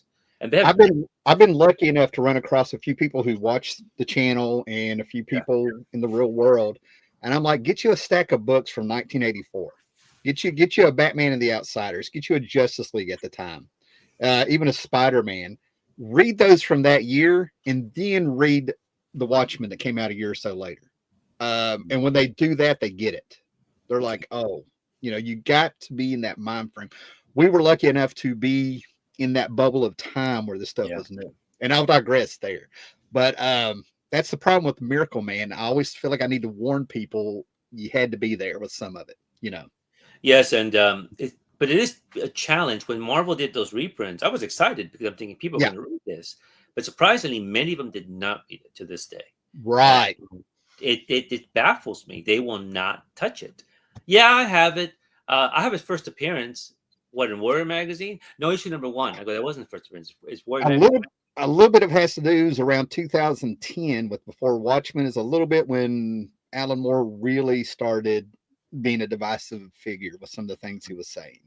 A little bit of sabotaging, in my opinion, going on allegedly. So it's like Michael Jackson. When I grew up, maybe when you grew up, I don't know. We never talked about Michael Jackson, but I grew up with Thriller and Jackson 5 into bad. Michael Jackson was cool. I had the jacket. I had the 12-inch He was all, figure. yeah. My son, born in 1988, grew up with the, we'll say, tabloid Michael Jackson, and there's no way in That's the world right. I He was was never tabloid, able to convince him that Michael Jackson was cool.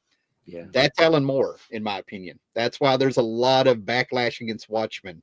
That's why there's a lot of, they just know Alan Moore as the old man shouting at the clouds. You know. Yeah, Again, I digress. Yeah. no, it basically what I just find so wonderful about this book, including what he did here. Yeah. This, and again, the initial artwork by Leach and by Alan Davis, Yeah. was pretty much like in V. There's the tension when you read it, and there's an economy of words. It's not overwritten at all, and then what he does with Mike Moran and with Elizabeth. Again, Moran is in his 40s. He considers himself a failure. He's a somewhat of a journalist. His wife makes more money than he does, which bothers him. She says, it shouldn't bother you. It bothers me. And then he realizes that his life is a lie. Mm-hmm. That at one point, when he was a child, he was basically used as an experiment. And then he's got another half of him, which is this superhero, a man who's perfection physically. And he can get into his thoughts. The way he sees things is perfection. And then Miracle Man makes love to his wife, gets his wife pregnant. And so whatever inferiority he felt before he realized this is compounded by this. Mm-hmm. And there's just something that Alan Moore is going to do, which he uses later on in Swamp Thing, where Mike Moran, I think it's issue 14, right before the Magisterio issue 15, when London is leveled. Right. Is 14 has these two stories where Elizabeth, once she has the baby named Winter, who names itself, when the baby is born, it can talk. The baby is already a super being. But she feels that she's just really uncomfortable about this child. She thinks the child is controlling her emotionally. Mm-hmm. And when she makes love to Miracle Man, she goes, I feel like an animal. I feel like it's bestiality. She's touched divinity in the most primal way, and she's just a human. She's just a human. And so she tells Miracle Man, I have to step away. Right. I cannot be here. Basically, you're going to raise this child. And so she leaves. And then Mike Moran is a wonderful panel. I don't think it has any words. Is he goes up a cliff, takes off his clothes, and you can tell Moran, his face is just defeated. And he leaves a note when he was born, 1940-something to 1982, 83, or whatever. And then he says, Kimota. And then Miracle Man appears and sees the note, telling him, I'm dead. And if you remember in Swamp Thing, when Swamp Thing takes his body and buries it. Right on the cover. And then he buries it and he doesn't look back. Yeah.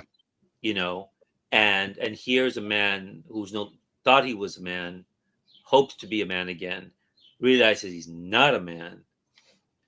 And so he's just a vegetable with a consciousness of somebody else, but he learns to find something positive in this and goes on. But in this situation, you have two human beings, like you said, they touch on divinity, and this is not going to work for them. She walks away, and later on at the conclusion, issue 16, after what happens in London, when Miracle Man visits her for the last time, because they're allowing people to become like them, gods, she says, no. She goes, why? I don't understand. And he goes, basically, that's why. You don't know what I have to give up. Right. To become like you. And she goes, I don't want to see you again. And so in the final pages of the Alan Moore story, which is 16, when he's on Olympus, he still can't understand why she wouldn't accept perfection. So Alan Moore, what he does he takes another level of Superman or these heroes, and how would they think? And in a very deeply realistic way. But most importantly, is the people around them, the Right. people of human beings like us coming to terms with these creatures, these gods, these titans, and especially if we're close to them, what it does to you. Right. And so it's really quite devastating what happens to Moran. It's really very sad. It's sad for Elizabeth, for Liz, and then for Miracle Man himself, what he has to do when Kid Miracle Man is back. Yeah. And what he has to do, we can discuss that issue and how we like. And, but yeah, your thoughts on this part, Tim, so far. Yes, please. Well, a lot of the things you touched at, I think Alan Moore nailed it. Exactly. So like I said, I'm very invested in this story also because what Alan Moore did is that I don't know if he had a plan. It just worked out so well. I don't know the background of how he thought all of this out. But the first thing we did was like, what is humanity? Okay. Very subtle, very small, but I'm human. And then I find out I'm more than human. And then I'm like, just take me over. He basically saying he's giving up his humanity by saying I'm dead, like you were pointing out. Okay. The other thing is that there's small biblical things that he brought in that in the real world we have discussed beings greater than us, right? People don't realize that in the Bible, a lot. Well, I don't want to say in general. I'm just talking here, but a halo on an angel is not a metal ring; it's an aura around them. And Miracle Man has a yellow glow with sparkles around him. So when he comes down, that visual of seeing something so beautiful in the real world, and let's face it, Miracle Man is a pretty man. That's part of the perfection. Yeah. Yeah. It's like an angelic divine being coming down, and he has these powers. So we're getting away from the superhero aspect, even though Alan Moore did not ignore those origins in those stories before. They all happen. This is the influence and the magic of Alan Moore. With Captain Britain, when he made the character his, he completely destroyed the character down to the atoms and rebuilt him. With Swamp Thing, once Swamp Thing realized that he was never human, he has a dream sequence and stuff where he goes into a coma. There's waters in his eyes where he's laying down in the storm and he's accepting he doesn't have humanity. He literally killed Swamp Thing with bullets in the first issue that he was on, and then had the anatomy lesson. And that's what he's done with Miracle Man. Now, the thing about humanity, having that humanity and seeing how these things would happen in the real world, you have to talk about we're social creatures. So it made perfect sense for the romantic ties, what they mean, and how we really couldn't mix with humans. If we had these beings, they really would not be side by side with us. Yeah. They live longer than us, for one thing. So we're going to be seen as pets. Look at your animal. Yeah. You have a cat as a kitten. That cat is here for a certain amount of years. You have a life before the cat, after the cat. That cat is here. You're its entire world. That's what happens to people with divinity and these great people. And these are things that Alan Moore is sprinkling through there and building up to it over 17 issues, a short amount of time when you read these things and with his pacing. And he goes from the superhero origins to the divinity to Olympus. You know, he starts referencing things with gods in this storytelling. I feel like I'm hyping it up quite a bit because he still keeps very grounded. An excellent story. It's no, I don't think this book can be hyped enough, given how important it is. The little things he does that, and before we go too far with the alien technology, all of a sudden and everything, you know, when he gets real spectacular, he showed that actual childbirth. You see the actual vulva opening up and the baby crowning in a comic book. Yeah, in a comic book. That floored me. It didn't gross me out, but I was like, that is something I never thought I'd see in a comic book. So that's what I'm trying to tell you. It still grounds itself in reality. It never gets too far away from it. And that elevates Miracle Man. And he did a little bit. I don't know if Gaiman did it, Neil Gaiman taken over and did it, or if Moore started doing it. But by the time he's in Mount Olympus, and it was Neil Gaiman. Neil Gaiman started playing around with the idea of Miracle Man getting a little bit further from humanity with his behavior. But that's Neil Gaiman. It's coming back to me. So my thing about it is that the other thing that it influenced, just to get this out of my head, it did influence Sandman, no doubt in my mind, because you touched on the fact that she walked away. The girl walked away, so this Right would here. never work. Right. Okay. If And you that's go the back, baby there with like a god, basically, that was talking to. yeah. She So if walks you could, absolutely, if you go back and you read Sandman, he took Nuella, I think that was her name, an Aborigines woman, and he yeah, stuck her in hell for 10,000 years because she said, "Your kind and my kind don't mix." that's There's right. no doubt in my mind that Neil Gaiman, being a friend of Alan Moore and a fan of Alan Moore at the same time, there's no doubt in my mind Miracle Man did influence it in that Roger Zelazny's Lords of Light, a pulp book from the 60s. I got it because Neil Gaiman said that. Stuff like that has influenced comics from there on out. And it's right there in your face with Sandman. That's one place I could point and tell you that's how important this book was. Yeah, I Now, didn't see that connection with Sandman, but I think you're right, Tim. yeah, yeah. And I digress, so yeah. No, Avengers are good, but you get an idea. So what I just showed here is when that's Elizabeth is leaving him, and that's their child. Yeah, Their child's already pretty advanced, and the child says, "I'm going to go into the universe and explore it because there's nothing you can teach me." right. She's telling that to Miracle Man, and then you turn the page, and now that's Miracle Man again. He's flying there, and he's Yeah, remembering all this, and that's Mike Moran, the man. And get those wonderful panels there as he says goodbye to himself. He's committed suicide, basically. yeah. Basically, he's asking him, "Don't ever, basically, call me again." And then you have these wonderful. This is John Tortobin, beautiful artwork by John Tortobin there. Oh yes, now we get to this penultimate part. Now, Tim, I was going to show a comparison of this. Yeah. They cut out some parts in this one with the. Okay, this is the Eclipse comic. First of all, issue Okay. 4, Yes. and this is the reprint, the Marvel one. Okay. Okay. Now it's interesting. They cut off some dialogue, and I'm not sure why they did that. I know it was an error because there's nothing inappropriate in the dialogue. Okay. So what's happening here is that Johnny Bates basically, when we saw earlier when Miracle Man fights Kid Miracle Man, he defeats him. Right. This kid, well, let me phrase that. He doesn't defeat him. He's being beaten to a pulp by Kid Miracle Man. But Kid Miracle Man is so caught up in himself, he says the magic word Miracle Man and turns it back into a child. But the child is a good kid. Little Johnny Bates is a good kid. And he realizes that this other side, this Miracle Man side of him, does evil things. And so the little boy goes into, I think, a catatonic state. He's being tormented by Miracle Man in his mind to basically break out, but he won't. The kid will not break out. But then this happens. He's at, I think it's an orphanage of some kind. And then this happens. These boys who have been bullying him take it to another level. Mm-hmm. They rape him. Right. And little Johnny Bates says, I'm sorry, Miracle Man. And whenever he turns into Miracle Man, if you're nearby, you're going to be burned. So these kids are torn to pieces, right? Some of them. Now, this nurse throughout the story has been very kind to the little boy, extremely kind. And then he appears, he lets her live. So we think. Then he comes back.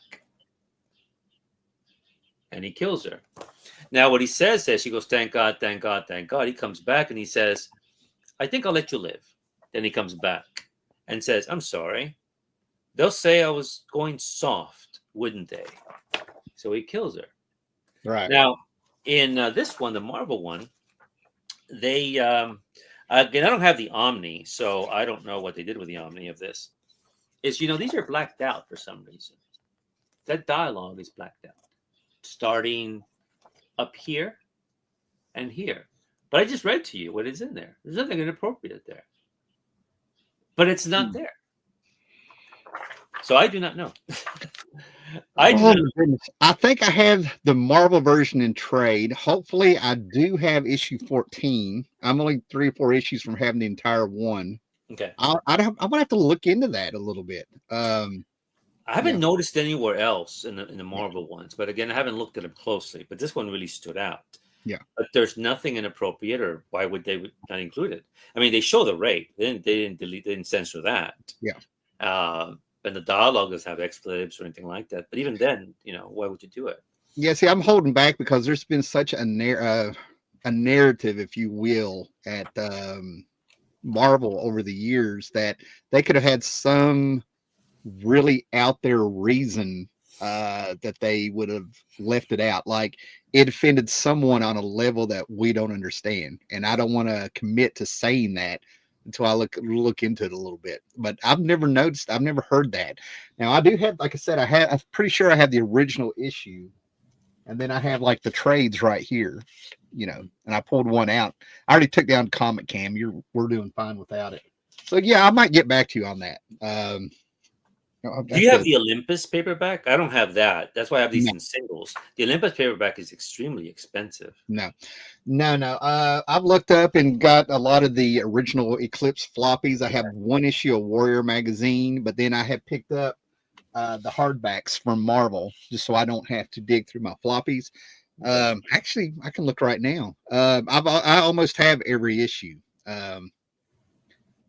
That's very interesting. See, I just don't trust Marvel of the last 10 years, to think that maybe it's just an error that they did, because I can't imagine why. I actually hope it is an error. I really hope that's all it is. But like I said, they've done some crazy stuff for crazy reasons. I do not have 14. I have 13, 15. So that's interesting. I'll look into it. Well, this is the Marvel reprint, issue 15, which is the one that Tim showed, and which is a horrendous. Let's see, where is it? They reprinted here. Cover for that. Here we go. Yeah. And I have the original. I looked up at the original last year. About 2 years ago, I got the original that for a fantastic deal. Yeah. So what you just saw, and he's now turned into Miracle Man, is within a matter of hours, as Miracle Man, Miracle Woman, and some other characters are alerted, this is what he's done to London. Yeah. This is an extraordinary issue. Yeah, this is what I'm saying. He built up from the ground up to this moment. This is the climax of Alan Moore's story. Yeah. Super beings in this world. You would not want this in the real world, No. The world would not stay the same. No. The battles here are horrendous. Civilians are killed.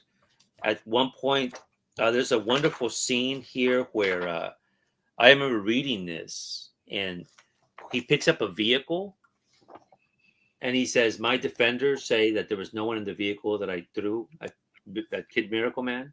That's not true. They have to stop it. They have to kill him. Yeah. No matter what. He's leveled London in a horrific way. Look what he's done. Just look at that. Look at the River Thames. It's piled with bodies. This is what he did. It's within a few hours. He's there's been things. If you know comics, you'll know there's little comments that, like, we'll say Superman in the Justice League cartoon, when he finally goes all out on Darkseid towards the end, he starts describing. See, I've seen Miracle Man in a lot of things, and this is a moment, even in the Justice League cartoon of the Bruce Timm universe. But he looks at Darkseid, and we find out that the Superman of the animated universe has always been super powerful, but he walks around a cardboard world. That's how he explains it. He's afraid of breaking things. Now we're going to see him bust out. You mentioned Man of Steel. When I was seeing General Zod and Superman go at it, I was seeing this fight is what I was seeing. In the Man of Steel movie, if people know what I'm referencing, like 10 years ago now, Henry Cavill and Zod going at it. Whenever I see something unleashed in comic books now, or comic book based movies or something like that, this is what I see. And there's no way you cannot tell me they're not being influenced by it or something that was influenced by that. These books will come by because the trades were very expensive through the 90s, early 2000s. and then people that had them wouldn't lend them out. The Eclipse comics before eBay, you couldn't find them. Issue 15 was always the most expensive one. So I think it was among comic people, only a few people knew about it and had very little access to it. And those of us that had it, we had to be careful who we lent them to, because getting them again was very hard to do. So I think when Snyder did it, when he did the Man of Steel one, the reprints that we know didn't exist yet. I don't think Marvel was doing it yet. And so, but I think he had to have access to these things. Well, another interesting thing with that book, and I'm just talking in my circles, right? It didn't blow people away. That's what people need to realize. A lot of the stuff that we celebrate, the people who are in the know, and like Alan Moore, were talking about this, but they didn't really talk about it until that very issue, the big fight where all hell breaks loose, and we finally see what Alan Moore was building up to. Okay, but I went into the military December of '93, so about a month or two before that, I had one person who had most of the issues of Miracle Man. Oh. One person. Yeah. I had a few issues. He had many of the issues. And I remember sitting down, and we ended up staying up till 4 a.m. talking about this book. Okay. Didn't hear anything else about it until the lawsuits came up and stuff. And over that time, mystique grew about Miracle Man. Okay. That's I find that interesting that in the world we had this book because of the lawsuits, who owns it. That last England last issue, Neil Gaiman becoming huge as a writer. Now Alan Moore and Neil Gaiman were both on a book. When it was out, it was getting talked about. People in the know knew it. It was, they liked it, they loved it, but it was not popular amongst everybody. You met somebody that was into it, you could talk about it for hours. And then, like I said, the mystique really grew when people couldn't have it in their hands. All of a sudden, there's this work by Alan Moore and Neil Gaiman, and we can't have it. You know what I mean? And a mystique grew about it. That's why I was worried about it coming out in 2014. There's the Miracle Man, the book, and then there's what people expected. And I think that's very unique in this hobby with what was going on.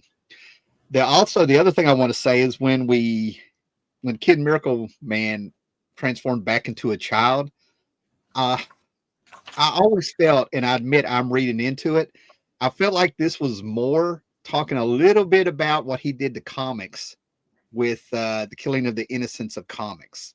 If you're going to kill a child, it has to mean something.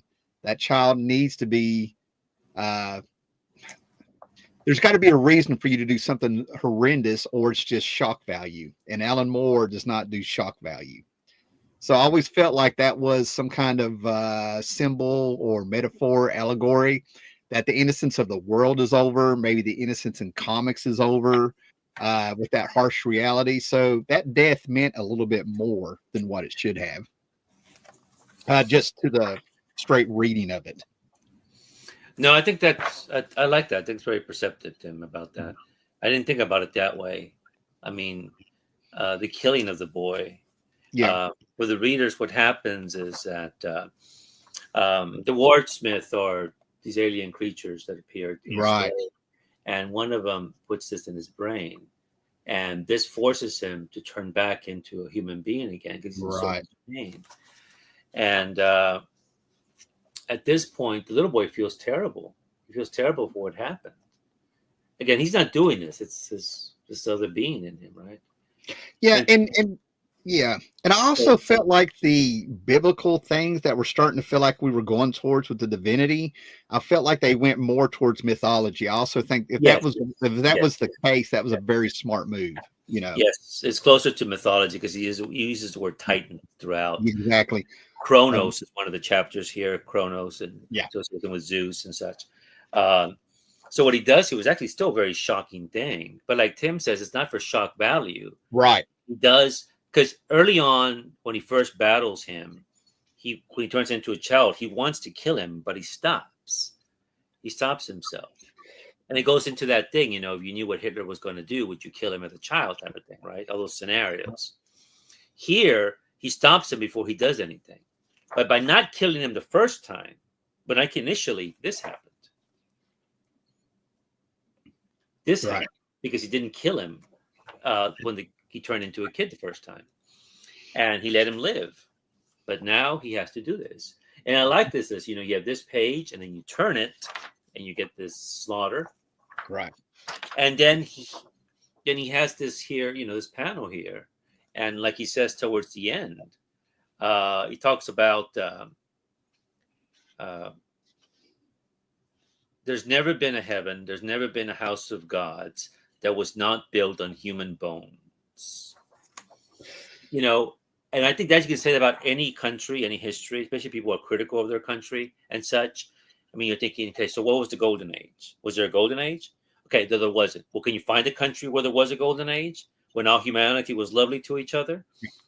You know, did any empire ever build itself on just being nice? No. I mean, every country, every history, every historically is built on basically this type of scenario. Let me tell you where you just took me with that comment, and I'm just saying it because you just triggered something, right? I'm not saying it's right or wrong, but this is where you did. Do you remember what Rorschach said when they tried to tell him they weren't going to let him reveal the secret of Ozymandias destroying New York? He said, peace built on the foundations of something. I lost it. I had it in my head. But he said something like peace built on the foundation of a million bodies or something. Yeah, you know what I mean? Like yes. We're actually seeing that in that book. That is what you just said. If you looked at that page with all the bodies burning and laid around, that's the foundation Rorschach was talking about. Again, these early books and this one in V are foundational for what he was going to do later on. Right. With Watchmen, certainly with Watchmen, they're all there. Yeah. I mean, Dr. Manhattan is like Miracle Man. Right. He's like a godlike figure in some way. And, well, he is a god, basically. And then the other humans that come, you know, from Manhattan's point of view, you have Julie, right? Julie, his girlfriend, and trying to come to terms with him. And certainly Janie couldn't come to terms with it. And so back to this book here. So this completely, ever since then, I've looked at superheroes completely different. And I always think about this. Yeah. And no, I don't think books should be doing this, but I think it was so original, so well put together, and the execution of it. And again, it's less than 20 issues. Because right. I don't reread the Neil Gaiman stuff. For me, it just ends with Alan Moore. Yeah. Neil Gaiman did his own coda, which is fine. And I read it once, and that's about it. But this is the one. It's a tragedy. It reads like a tragedy from beginning to end.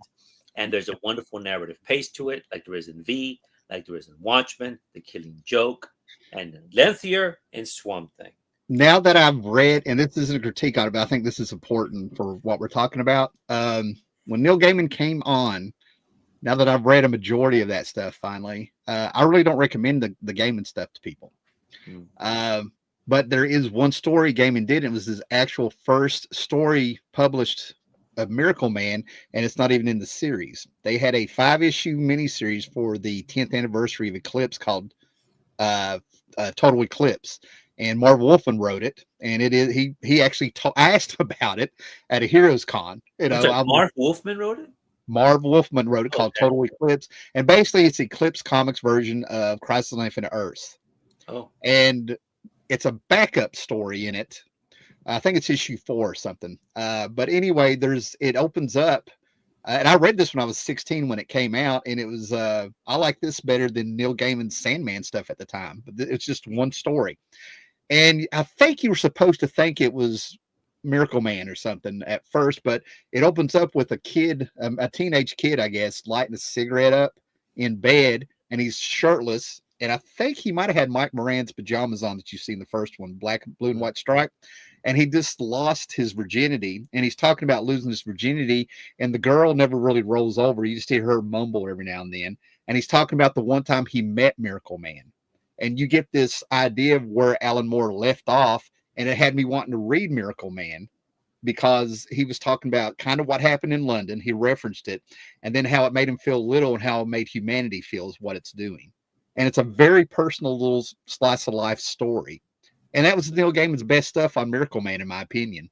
I mean, I might Never read drag it that. out and do a short video on it stuff, but there was That'd be good, terrible Egypt. things. Yeah, there was Yeah, terrible visuals he brought up. He brought up there's somewhere I can't remember the reference, but there's a chessboard and somebody had cut off the teats of women, and those were the pieces on the chessboard. I mean, it had some weird stuff in it still, but the fact that it was the slice of life, I love stories like that.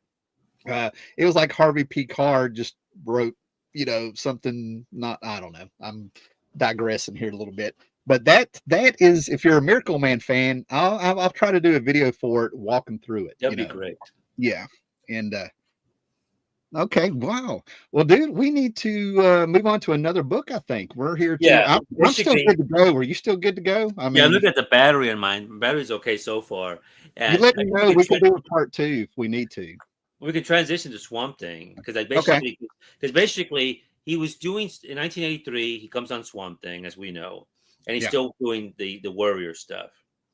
And now he comes in, and like Tim said, basically he completely reinvented this character. And but already we're seeing things like that because he did that with Miracle Man. He took a character that had been established, who completely questions his identity. I'm not who I think I am. Yeah. And here he does it in a very beautiful way. And when I put Alan or Alec or Swamp Thing in the context of the gods of the comics, Manhattan, Ozymandias was brilliant. V was brilliant. Right. Miracle Man. And I guess the Joker, who's We'll do brilliant. some comments in just a second, Gore. Sorry. Yeah, Sure. go ahead. Yeah. Brilliant in his horrific way. The most humane of all of them is a vegetable. It's Swamp Thing. It's Alec, who cares for humanity before he realizes what he is. But once he realizes what he is, he cares for the entire world. And he sees a connection, how we see things. But that helps the beautiful work by Bissett and Torben, how they drew things. And we all know that wonderful issue with Abby, when she wants to see the world like him, and he grows something like a mango out of him and gives it to her. And she feels odd eating it, but she eats it. It tastes like lime. And when I apologize for my OCD, but it's a tuber. It's a tuber, isn't it? Yeah, it isn't it? That's what it is, right? I guess it's like a mango, but it's not. It's like you're right, it's what it is. And then she sees the world like the way he sees it. Right. And that's how I guess they consummate their relationship, so to speak. Yeah. And so what he does throughout these stories is how humane he is. Everyone, and so of all the characters that he's done, Alan, that really who are godlike, right, and could do what gods do. They can do what they want. He doesn't do that, you see. Before you get too far from the humanity part, I'm glad you brought this up. So basically, the first part of it is acceptance that he never was human. That's how Alan Moore started out. He literally killed Swamp Thing to tie up the loose ends. And then we get the anatomy lesson. That's where the real Alan Moore Swamp Thing starts. I love how he does that symbolically. First, I'm going to destroy this, and we're going to build it back up. And that way he doesn't, he kind of respects what's before, right? Absolutely, right? Anatomy lesson from this trade. So the first couple stories after that is that he is accepting that he was never Alec Holland. He really is a plant that thought he was a man. And he talks to some planarian worms. They're saying that in real life, there are these worms that will pass memories along. And when Alec Holland went into that swamp, it was at the very moment the earth created another elemental, and some worms were feeding on that body of Alec Holland, and that's how it mixed with that formation. So while he's dreaming, he's in a coma, in Abby and was it Matt Cable? Anyway, some people are around him, and they're worried about him because he's just a husk, and he's starting to change with the seasons. He's more in tune with the earth. And in the middle of a raining, it really is a shocking panel if you slow down and think about it. But the Swamp Thing is on his back, in the cavities for his eye, in his whatever his nose is, it's full of water. Yes, let me pull that up. That's very important. Alan Moore is now giving us visuals to let the readers let go that this was Alec Holland. That's a corpse, and he's not drowning. You know what I mean? If you really think about it, if you're invested in the Swamp Thing, That's very that was striking to me. But I mean, I studied this book when I finally got around to finally getting it. Now, by letting go, the whole story is about him having these dreams, and he's really accepting it. He's constantly running with a skull talking to him like, why are you running? You don't have to chase after humanity. Just stop running. He's accepting he's not human. My whole point of getting to that, I'm just going to get to the point, is I find it what I started noticing after several rereads is he actually became more human, like you're talking about with humanity, after he stopped trying. You see what I'm saying? Yeah. There's something profound in that I like to think Alan does a lot of things on purpose, and that's the genius of his writing. Even if he didn't do it, he subconsciously did it. But Alan, when he stopped chasing humanity, he found out he's still more. He went to hell to save Abby, and there's a rose in hell that grows for Abby. That That's right. That's right. And that goes back to V. How the rose, the beauty, it goes back to V. Absolutely beautiful. That's right, Tim. Absolutely. I forgot about that. Brilliant. I'm so glad you're here. Thank you. No, same, Tim. Absolutely, for Abby. Yeah. And so of all the books here, this is probably the most romantic of his books, at least from this era. Absolutely. It's the romance between Abby and him, and the beauty of it, and the horror, because it's a horror comic, really. But it's all grounded in reality, which I think he has said that, the best fantasy and the best horror stories are once grounded in this reality.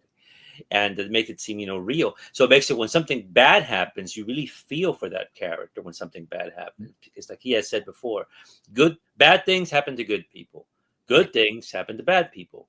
Yeah. And vice versa. That's just the way it is. Yes. And that's just the way life is. And he sees that. That's a quote from a magazine article. I remember what you wanted me to say, to repeat, and this might be a good place to put it. Alan Moore, the last couple of years, have had a lot of things to say, to digress about his own work. I'm not going to go into all that stuff.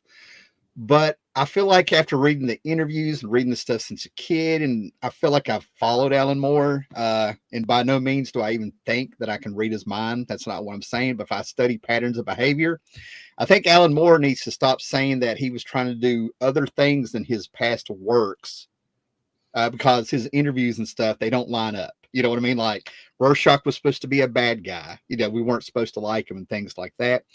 I think Alan Moore of 71 needs to say that he wishes he could go back and talk to Alan Moore of 33 and discuss and realize that Alan Moore has aged and his viewpoints may have changed.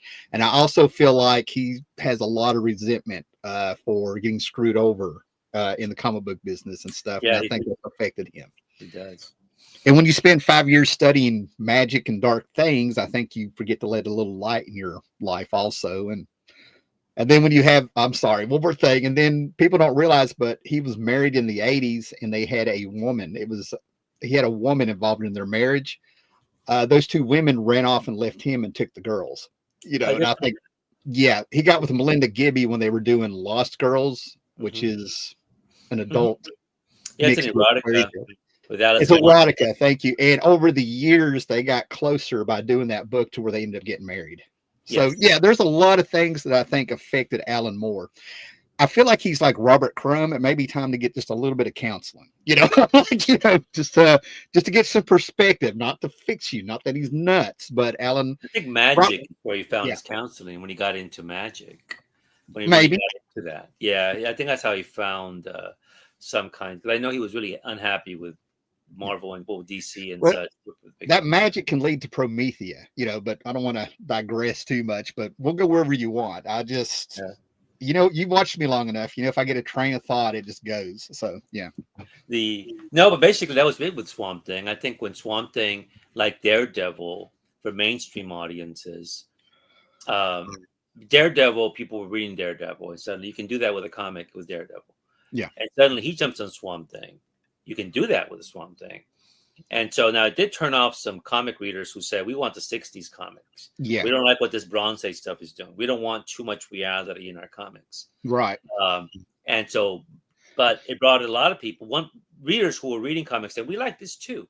And then others who say, I don't read a lot of comics, but this looks interesting. Swamp Thing and Daredevil. And so that opened up that door. But I think it made it possible for the mainstream publishers to say, there's an audience for this. We're Yeah, selling books, so let's do this. And that yeah. gave the window for Watchmen, certainly, and which is a very radical book to do, certainly at that time.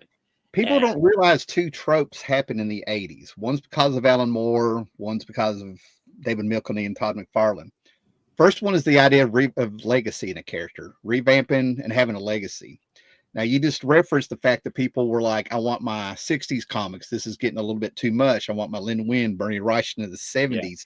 Alan Moore respected all of that. He actually did that one book you were talking about where he raised the skeleton of Alec Hammond, the ghost of him, and buried him. The other trope were symbiotic suits with Venom, but we'll get away from that. But but Alan Moore ended up creating the idea of legacy and revamping a character before John Byrne did and stuff, right? Mm. So there's a trope that Alan Moore really created here with this. So and that went with what that one comment you made there. Yeah. So no, but certainly with Swamp Thing, it certainly was. It was a best-selling comic, as we all know. It engaged a lot of people. It certainly, again, it changed the medium, I think, and so in a very positive way. At least, well, let me phrase that. Maybe not very positive way, but it changed the medium as to what comics could do. Maybe it opened the door for Vertigo down the road because it brought in all these people and a lot of readers, people like ourselves. Right. We like this stuff, and we can appreciate what they did in the 60s and 70s, and because we like the medium, the complexity of it. Actually, we like the complexity of it. We like what it could do, and so. But it's one thing again of the books. I'll read story arcs from it, and only recently did I revisit the whole thing, but it's not the one that I go to often. It's the first two that I mentioned, and of course the Killing Joke. But certainly it's with that and Watchmen, it's the one where many people jump into the world of Alan Moore. Now, does he go beyond that? I don't know. I feel like Swamp Thing to me, it really, I mean, I totally get it's a matter of opinion on some things and a matter of taste, but there's certain runs on comics that are perfect for what a comic is supposed to be. It doesn't mean they're not flawed, but I'm just saying that if you want Starman by James Robinson, if you go back and look at the story arcs of, if you look at the story arcs of Swamp Thing with the horror, the sci-fi, the romantic stuff, James Robinson definitely used that as a little bit of a blueprint for Starman. Now, Starman has the legacy, the rebuilding of the character, it's all there. But Starman is still its own thing. And that's why I think Swamp Thing, that's what I'm getting at. First, you had Jack Kirby and Jack Kirby and Stan Lee doing Fantastic Four. And that shows you the perfect way to get in a rotation of villains and getting to know these characters. Then you get the X-Men with John Byrne, Cochran, Chris Claremont, but then you get the validation of Swamp Thing, showing you how you really don't change anything, and you can validate a book and a character and do new things in this medium. And when Alan Moore got bored and was probably going to read the book, all of a sudden he brings in a sci-fi element, the blue world here. And all of a sudden you see how versatile a character can be. By having this character in a swamp and not having a lot of technology shown, it makes this timeless. You can read the Swamp Thing now, just like you could 40 years ago. And where it's set in nature, you can still get by with this book being timeless. It does not feel dated in very many places. And that's why I think this should be required reading, so you know what a good run on a comic book is. You know what I mean? It's not the 60s, it's not the 70s, but it doesn't dismiss any of that stuff. You know what I mean? Like it's not, it's not disparaging and stuff, right? Let's do a few comments here if you don't care. We've got Sleepy Reader here with something really big. Hola, Damien. Yeah. Let me back up just a bit. I'm having a blast, Gore. I hope you're doing well over there. No, it's always good talking comics with you. Certainly Alan Moore. Oh, Doom Space Marine. What's up? How are you?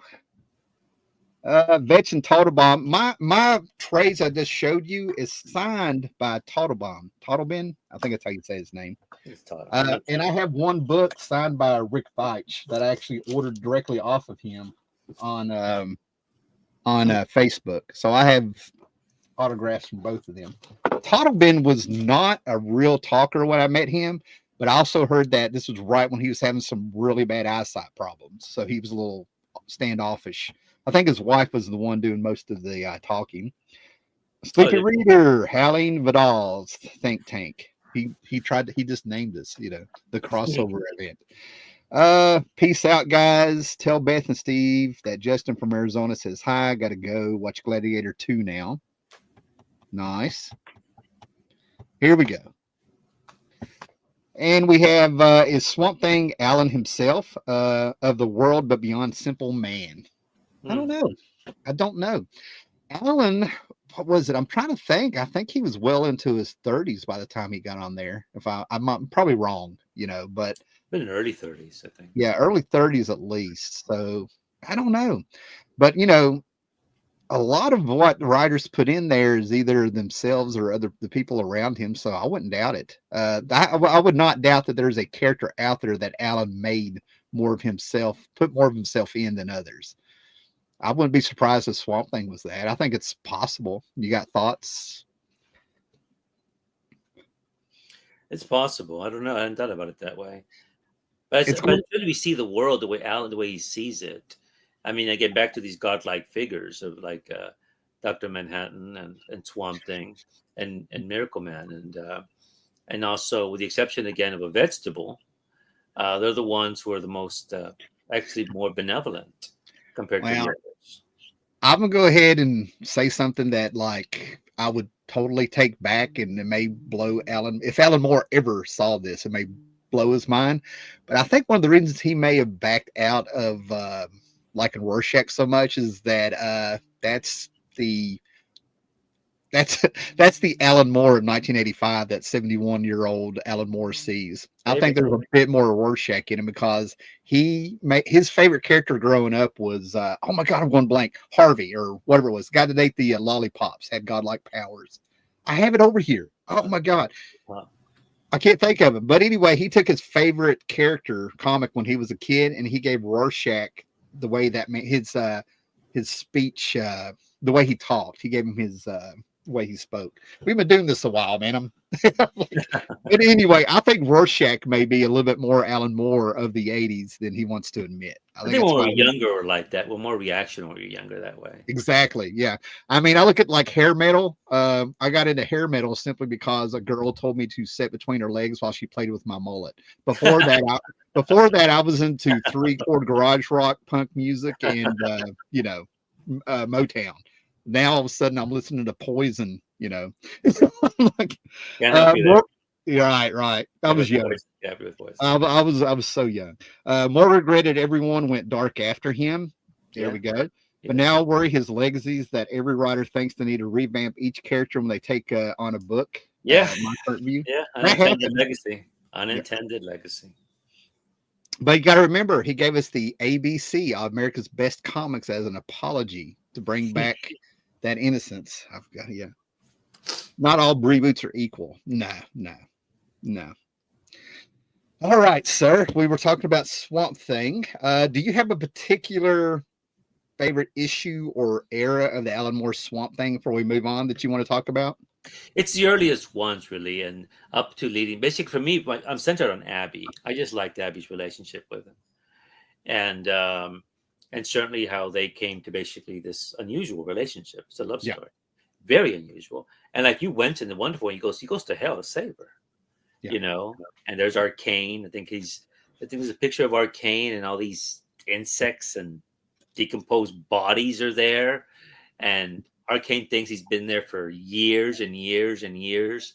And I think Swamp Thing says, you've only been here for a couple of days. And he goes, right. No. This is like basically hell is eternity. Okay. And, but certainly, no, I think one of my favorite issues is the one with Abby where, and also when he buries himself. One is birth, one is death. I like that dichotomy of it. and just the individual stories. And one comes to mind, but also I guess individual horror stories is that vampire one where you see these underwater vampire creatures, and there's just like this Genius. bloated, yeah, this bloated creature. It was horrendous, absolutely horrendous. How horrible that comic is from a horror point of view, In and in my mind, and I'm sure I may have probably emerged in two memories, but in my mind, um, I finally got to read that issue. See, I watched Swamp Thing slowly disappear from the spinner rack as people started figuring out uh, how adult that book was getting. You know what I'm saying?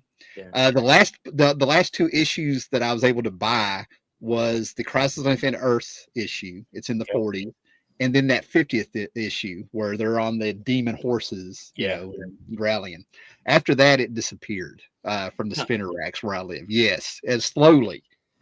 Because it was selling out, or they stopped carrying it. A little bit of both, but they definitely stopped carrying it. Okay, around the 30s, it really came off. That's when I know it was coming off the spinner rack because people were buying it. You know what I mean?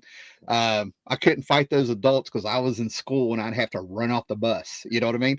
Plus, I wasn't completely nuts over it. You know what I mean? That's the thing. People need to realize. And when these Alan Moore works came out, as popular and as legendary as they are now, when they were actually coming out, they did not catch on like people think. There's no internet. There's not a lot, you didn't have a lot of people talk to comic books about, period, for you to discover things. It would be editorials or catching your eye or some friend telling you, you check this issue out, Yeah, but the letters page alerted me to it, and that's why I picked it up. Just popped in my head where you talked about him going to hell and things like that. Alan Moore's Hell, Neil Gaiman, this was published long after he actually wrote this story. This may have been one of his first comic book stories that he wrote and submitted. But he got the idea of, like, I want to see Superman with his super senses in Alan Moore's Hell from Swamp Thing. Huh. So he based the whole story as a way to get him in there. And there's only like 2-3 pages that Superman is actually in Alan Moore's Hell. So when they did this one shot, because Neil Gaiman and Sandman were taking off and Miracle Man was taking off, funny enough, they brought in a bunch of people to do a page or two to get this out quick. That's a Frank Miller cover. Oh, yeah. Okay. Yeah. Yeah. So this is called Legend of the Green Flame. Your value of what you think of the story will vary, So that's a tie-in a little bit to, that's just a snippet of Alan Moore's Hell from Swamp Thing. Anyway, now very rarely, I got like 10 videos and 1 or 2 of them actually took off. I don't really talk about views or anything like that, but every now and then I'll have an idea where I'm like, I wished it took off. I wish more people would see this, right? My favorite issue of Swamp. Were you done talking about your favorite issue? Yeah. Okay. So my favorite issue is Blue World. My Blue World, I think it's what it's called, issue 56. Because basically what I ended up finding out through talking to people, I made a video of this, right? Swamp Thing, Watchmen, My Blue World, Red World. He wrote Watchmen #4, where Dr. Manhattan is isolated on Mars, a red planet. Around the same time, he wrote this, where the Swamp Thing has been disrupted. The green energy or whatever it is, that energy was disrupted, and it threw his essence. It disconnected him from Earth, and now he's just floating around the world, and he's on a blue planet by himself. And that isolation, you see everything he does. He grows another Swamp Thing to play chess with. He's stuck there for weeks and months, but he still has his humanity. And he can't handle, he's going insane being isolated from everybody and thinking about Abby. And it shows him trying to do things to keep himself there. And we get to see Swamp Thing for the first time build himself out of alien vegetation. You follow what I'm saying? We're off Earth. But at the same time, we get Watchmen #4, maybe a month later, around the same time, where we see Dr. Manhattan, who has lost his humanity on a red planet, and he's perfectly fine. He's like, happy. I'm tired of these people and their trivial matters. And I was like, oh my God. Alan Moore has connected his stuff. He took one idea for a story and showed you 2 ways it could go with 2. That's brilliant, Tim, because I guess we can basically sideways here to Watchmen, because two of my favorite issues of Watchmen are that fourth issue, and I think it's issue number 8. Yeah. It's the one about the perfume. The perfume is on the Yeah. cover. Yeah, maybe number 9, I think. But I Nine? yeah, I Okay. think. Well, your numbers are better than your memories Yeah. on this. But those two stories of Dr. Manhattan Yeah. and the two women in his life, there's Janie and it's Julia, right? Julie, right? We'll go with that. Yeah. Yeah. Julie, right? I should know He's these not spaced out for a second. names. Yeah. Julie, right? Yeah. And so those issues, okay, so basically is Dr. Manhattan has been accused. Janie. Yeah, go ahead. Janie. Sorry. Yeah, there's Janie and then there's Julie, right? Janie's is Lori. Julie's Laura and Janie. Yeah, Janie's the one. Lori, duh. I don't know. Lori and Janie. Yeah, Lori, you're fine. Lori. Sorry, Lori. We've been going for over 2 hours, sir. Right. We're allowed. Now, Janie is the woman he got involved with in the 1950s. Yeah. And when he's basically he goes to work and as an astrophysicist. She gave it up for popcorn, sir. She gave it up for popcorn. Hey, popcorn is good.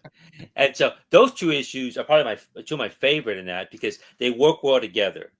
And there's a poem that I like a lot. And oh wow, from the film. Yeah. There's a poem by Eliot that says time present and time past are both present in time. You sent that to me. Yes. And Eliot wrote that poem. It's part of the 4 quartets, and that's from Burnt Norton. He wrote these poems in the late 1930s, early 1940s. Now, Burnt Norton is the first one. That was a place that he went to with a former love, Eliot. Not the woman that he married, but a woman he once loved. Now, in the poem, you talk about, again, time present and time past are both present and time future. It's the idea of the past. You can't recapture it. He talks about a red rose, again, which we know is right. Roses are important in a more storyline. And then he mentions a line that humanity cannot bear too much reality. All this, and rereading Watchmen over the years after I read Eliot, I kept thinking of those two issues. One, how Dr. Manhattan sees that time doesn't really exist for him.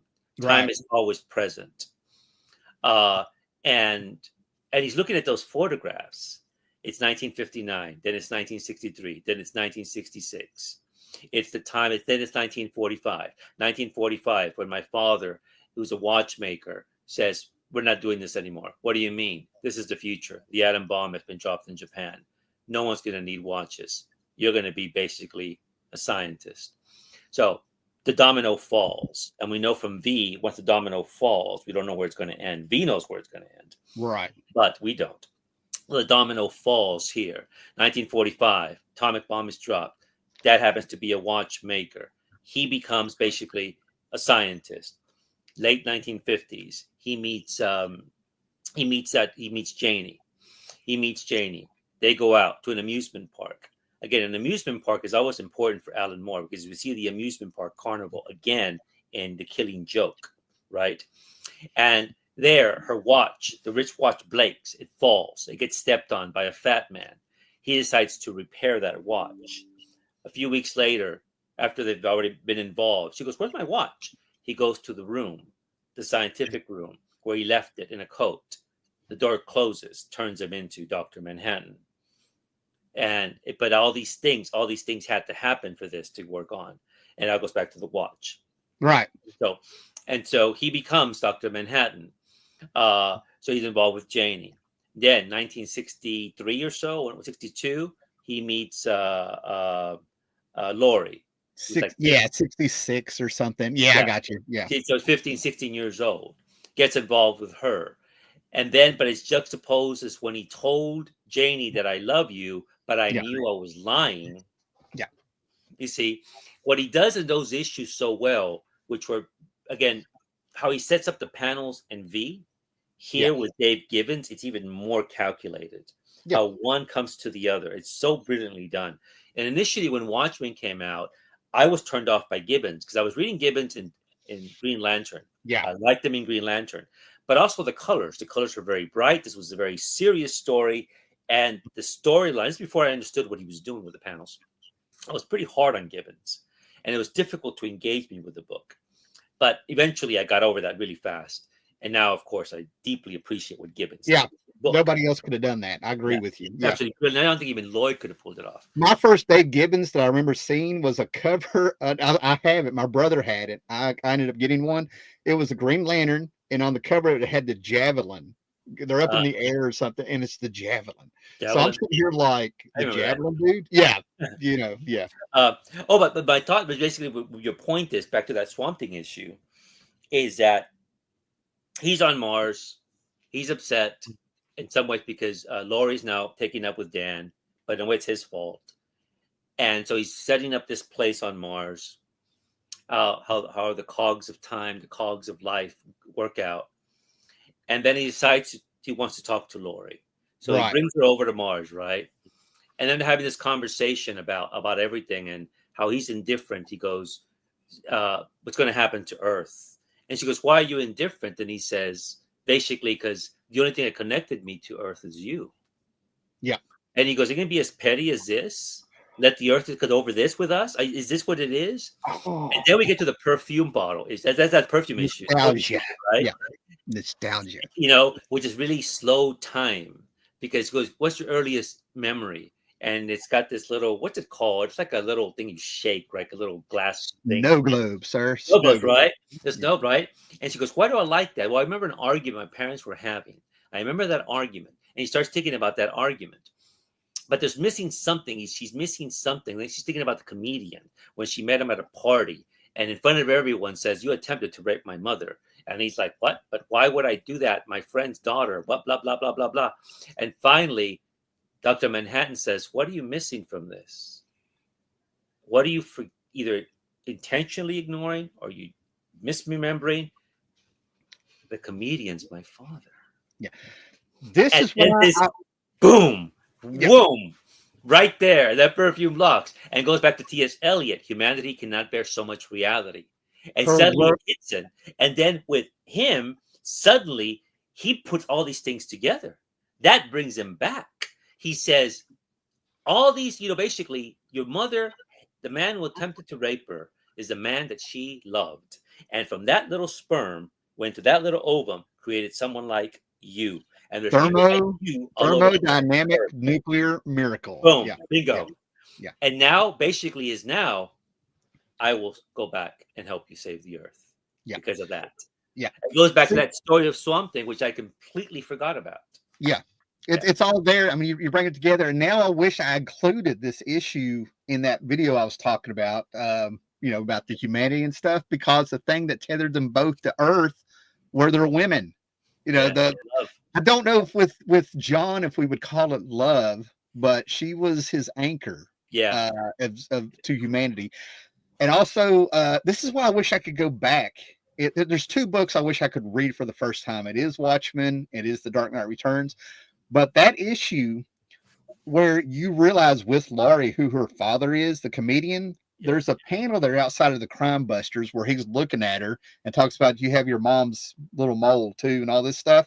Their hair is the same color. That's when I figured it out. I went, oh my God, it was in front of you the whole time. And I'm like, that feeling, out of everything amazing in the Watchmen, that's the feeling that I remember the most from it at that very moment, figuring it out, that they were mother and daughter and father, and their hair was the same color. Their hair was the same color. So initially, what we started is I said, if someone's going to be nominated for Nobel Prize for literature, and given how Alan Moore is very meticulous about how he wants his panels, probably about the colors as well, I think you're right, Tim. He says when you draw the hair color, make sure it's the same here, same there with Gibbons. Very meticulous. So that would have to go into the script. Is I basically, as a novelist, would include that in the script. What you have to realize is that wasn't one of the original stories. They had 6 issues of plot, and they had to come up with 6 other stories. So when we got the character stories and the origins, those were added later. So, I mean, that's another reason why I'm thinking it's brilliant. He had to add something that wasn't a part of the original vision, and it's still fantastic. It still enhanced everything. It's fantastic. It goes back to this again, this comedian. Go back to Delia. Delia from the doctor at the concentration camps, when the Finch, who's been having a relationship with her, doesn't know the side of her till he reads the diary. Up until this point, thinks she's a good person, right? And but he still has, he still loves this woman despite knowing what she did. Yeah. Despite knowing what she did. And back to the comedian situation, Laurie's mother loves him, and it seems to suggest that he's been the love of her life. Yeah. And given, despite what happened from the past, what he attempted to do. But there's the complexity of humanity. And so he comes back and he decides that's like you said, that's the anchor. That's the anchor. Yeah. And so he comes back, and of course we know how it turns out. And but there's a wonderful part when it finally, after it's all done, said and done, Laurie and Dan, they're by a swimming pool. Rorschach has been killed or he's about to be killed by Dr. Manhattan. Yeah. Ozymandias thinks, okay, I've saved the planet. I guess Ozymandias is a hero. He saved planet Earth. But Laurie says, I want you to hold me, Dan. No, I need you. I need to smell you. And she says, what do you want? I want nostalgia. Mm-hmm. Nostalgia. Yeah. Now, nostalgia is interesting because nostalgia is going back to a remembered past. But the thing is, when you remember the past, it's tinged with sadness. Mm-hmm. But here, Laurie says, hold me, make love to me. Right. See, by being with Dr. Manhattan, all right, and him losing his humanity and things, the nostalgia that Laurie is sort of talking about is when she never really had it to begin with, because she was 16 when she got Dr. Manhattan. People don't realize how young she was with him. Yeah. Laurie didn't really get around too much until before Watchmen, when in her mid-30s. Yeah. Well, that's what they're getting at. Before Watchmen, did a thing where before she met Dr. Manhattan, she had a little boyfriend here and there.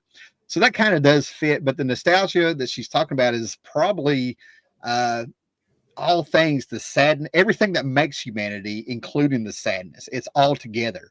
Everything. It's all of it. Because with Dr. Manhattan, you got pure logic. That's a good way to put it. Yeah, it's pure logic with him. Then she's with Dan, the short, chubby guy who was sort of impotent, but he got it back and everything like that. To her, that's not a flaw. That's part of humanity. That's something to overcome. Laurie wanted to be challenged. And then all of a sudden, she also wanted that moment where we could just be two Adam and Eves, almost, is what I think. I'm digressing a little bit. I'm going to have to call this off in a minute. I'm sure you'll understand. My mother-in-law needs me. She's 15 minutes up the road, and my wife's at work. Worries, Tim.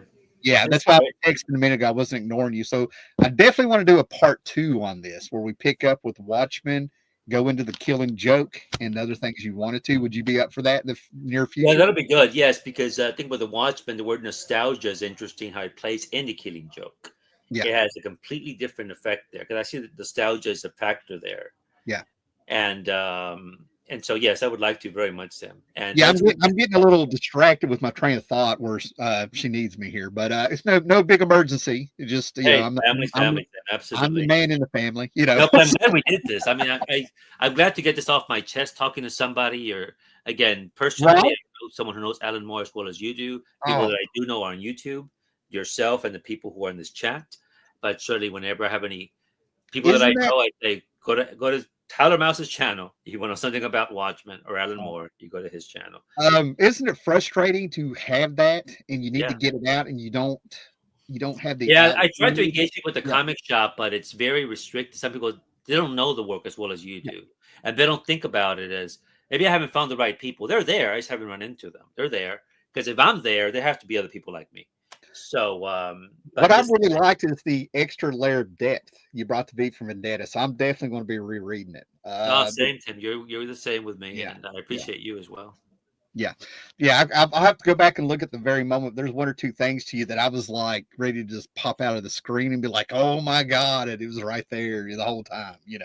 It was that realizing that comedian and Silk Spectre were father and daughter. It was that same feeling when you put something together there. So yeah, this was great. This needs 1 million views. You know what I mean? Like, that's what I'm getting at. There's certain things I wish people would pick up on, but I'm glad we're doing this, because I would like to see more discussions like this elsewhere where I can watch. You know what I mean? Yeah, just do a second one, definitely. Yeah.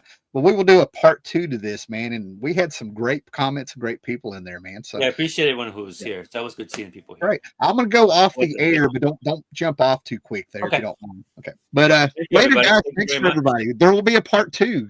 Come back. Killing joke. Killing joke.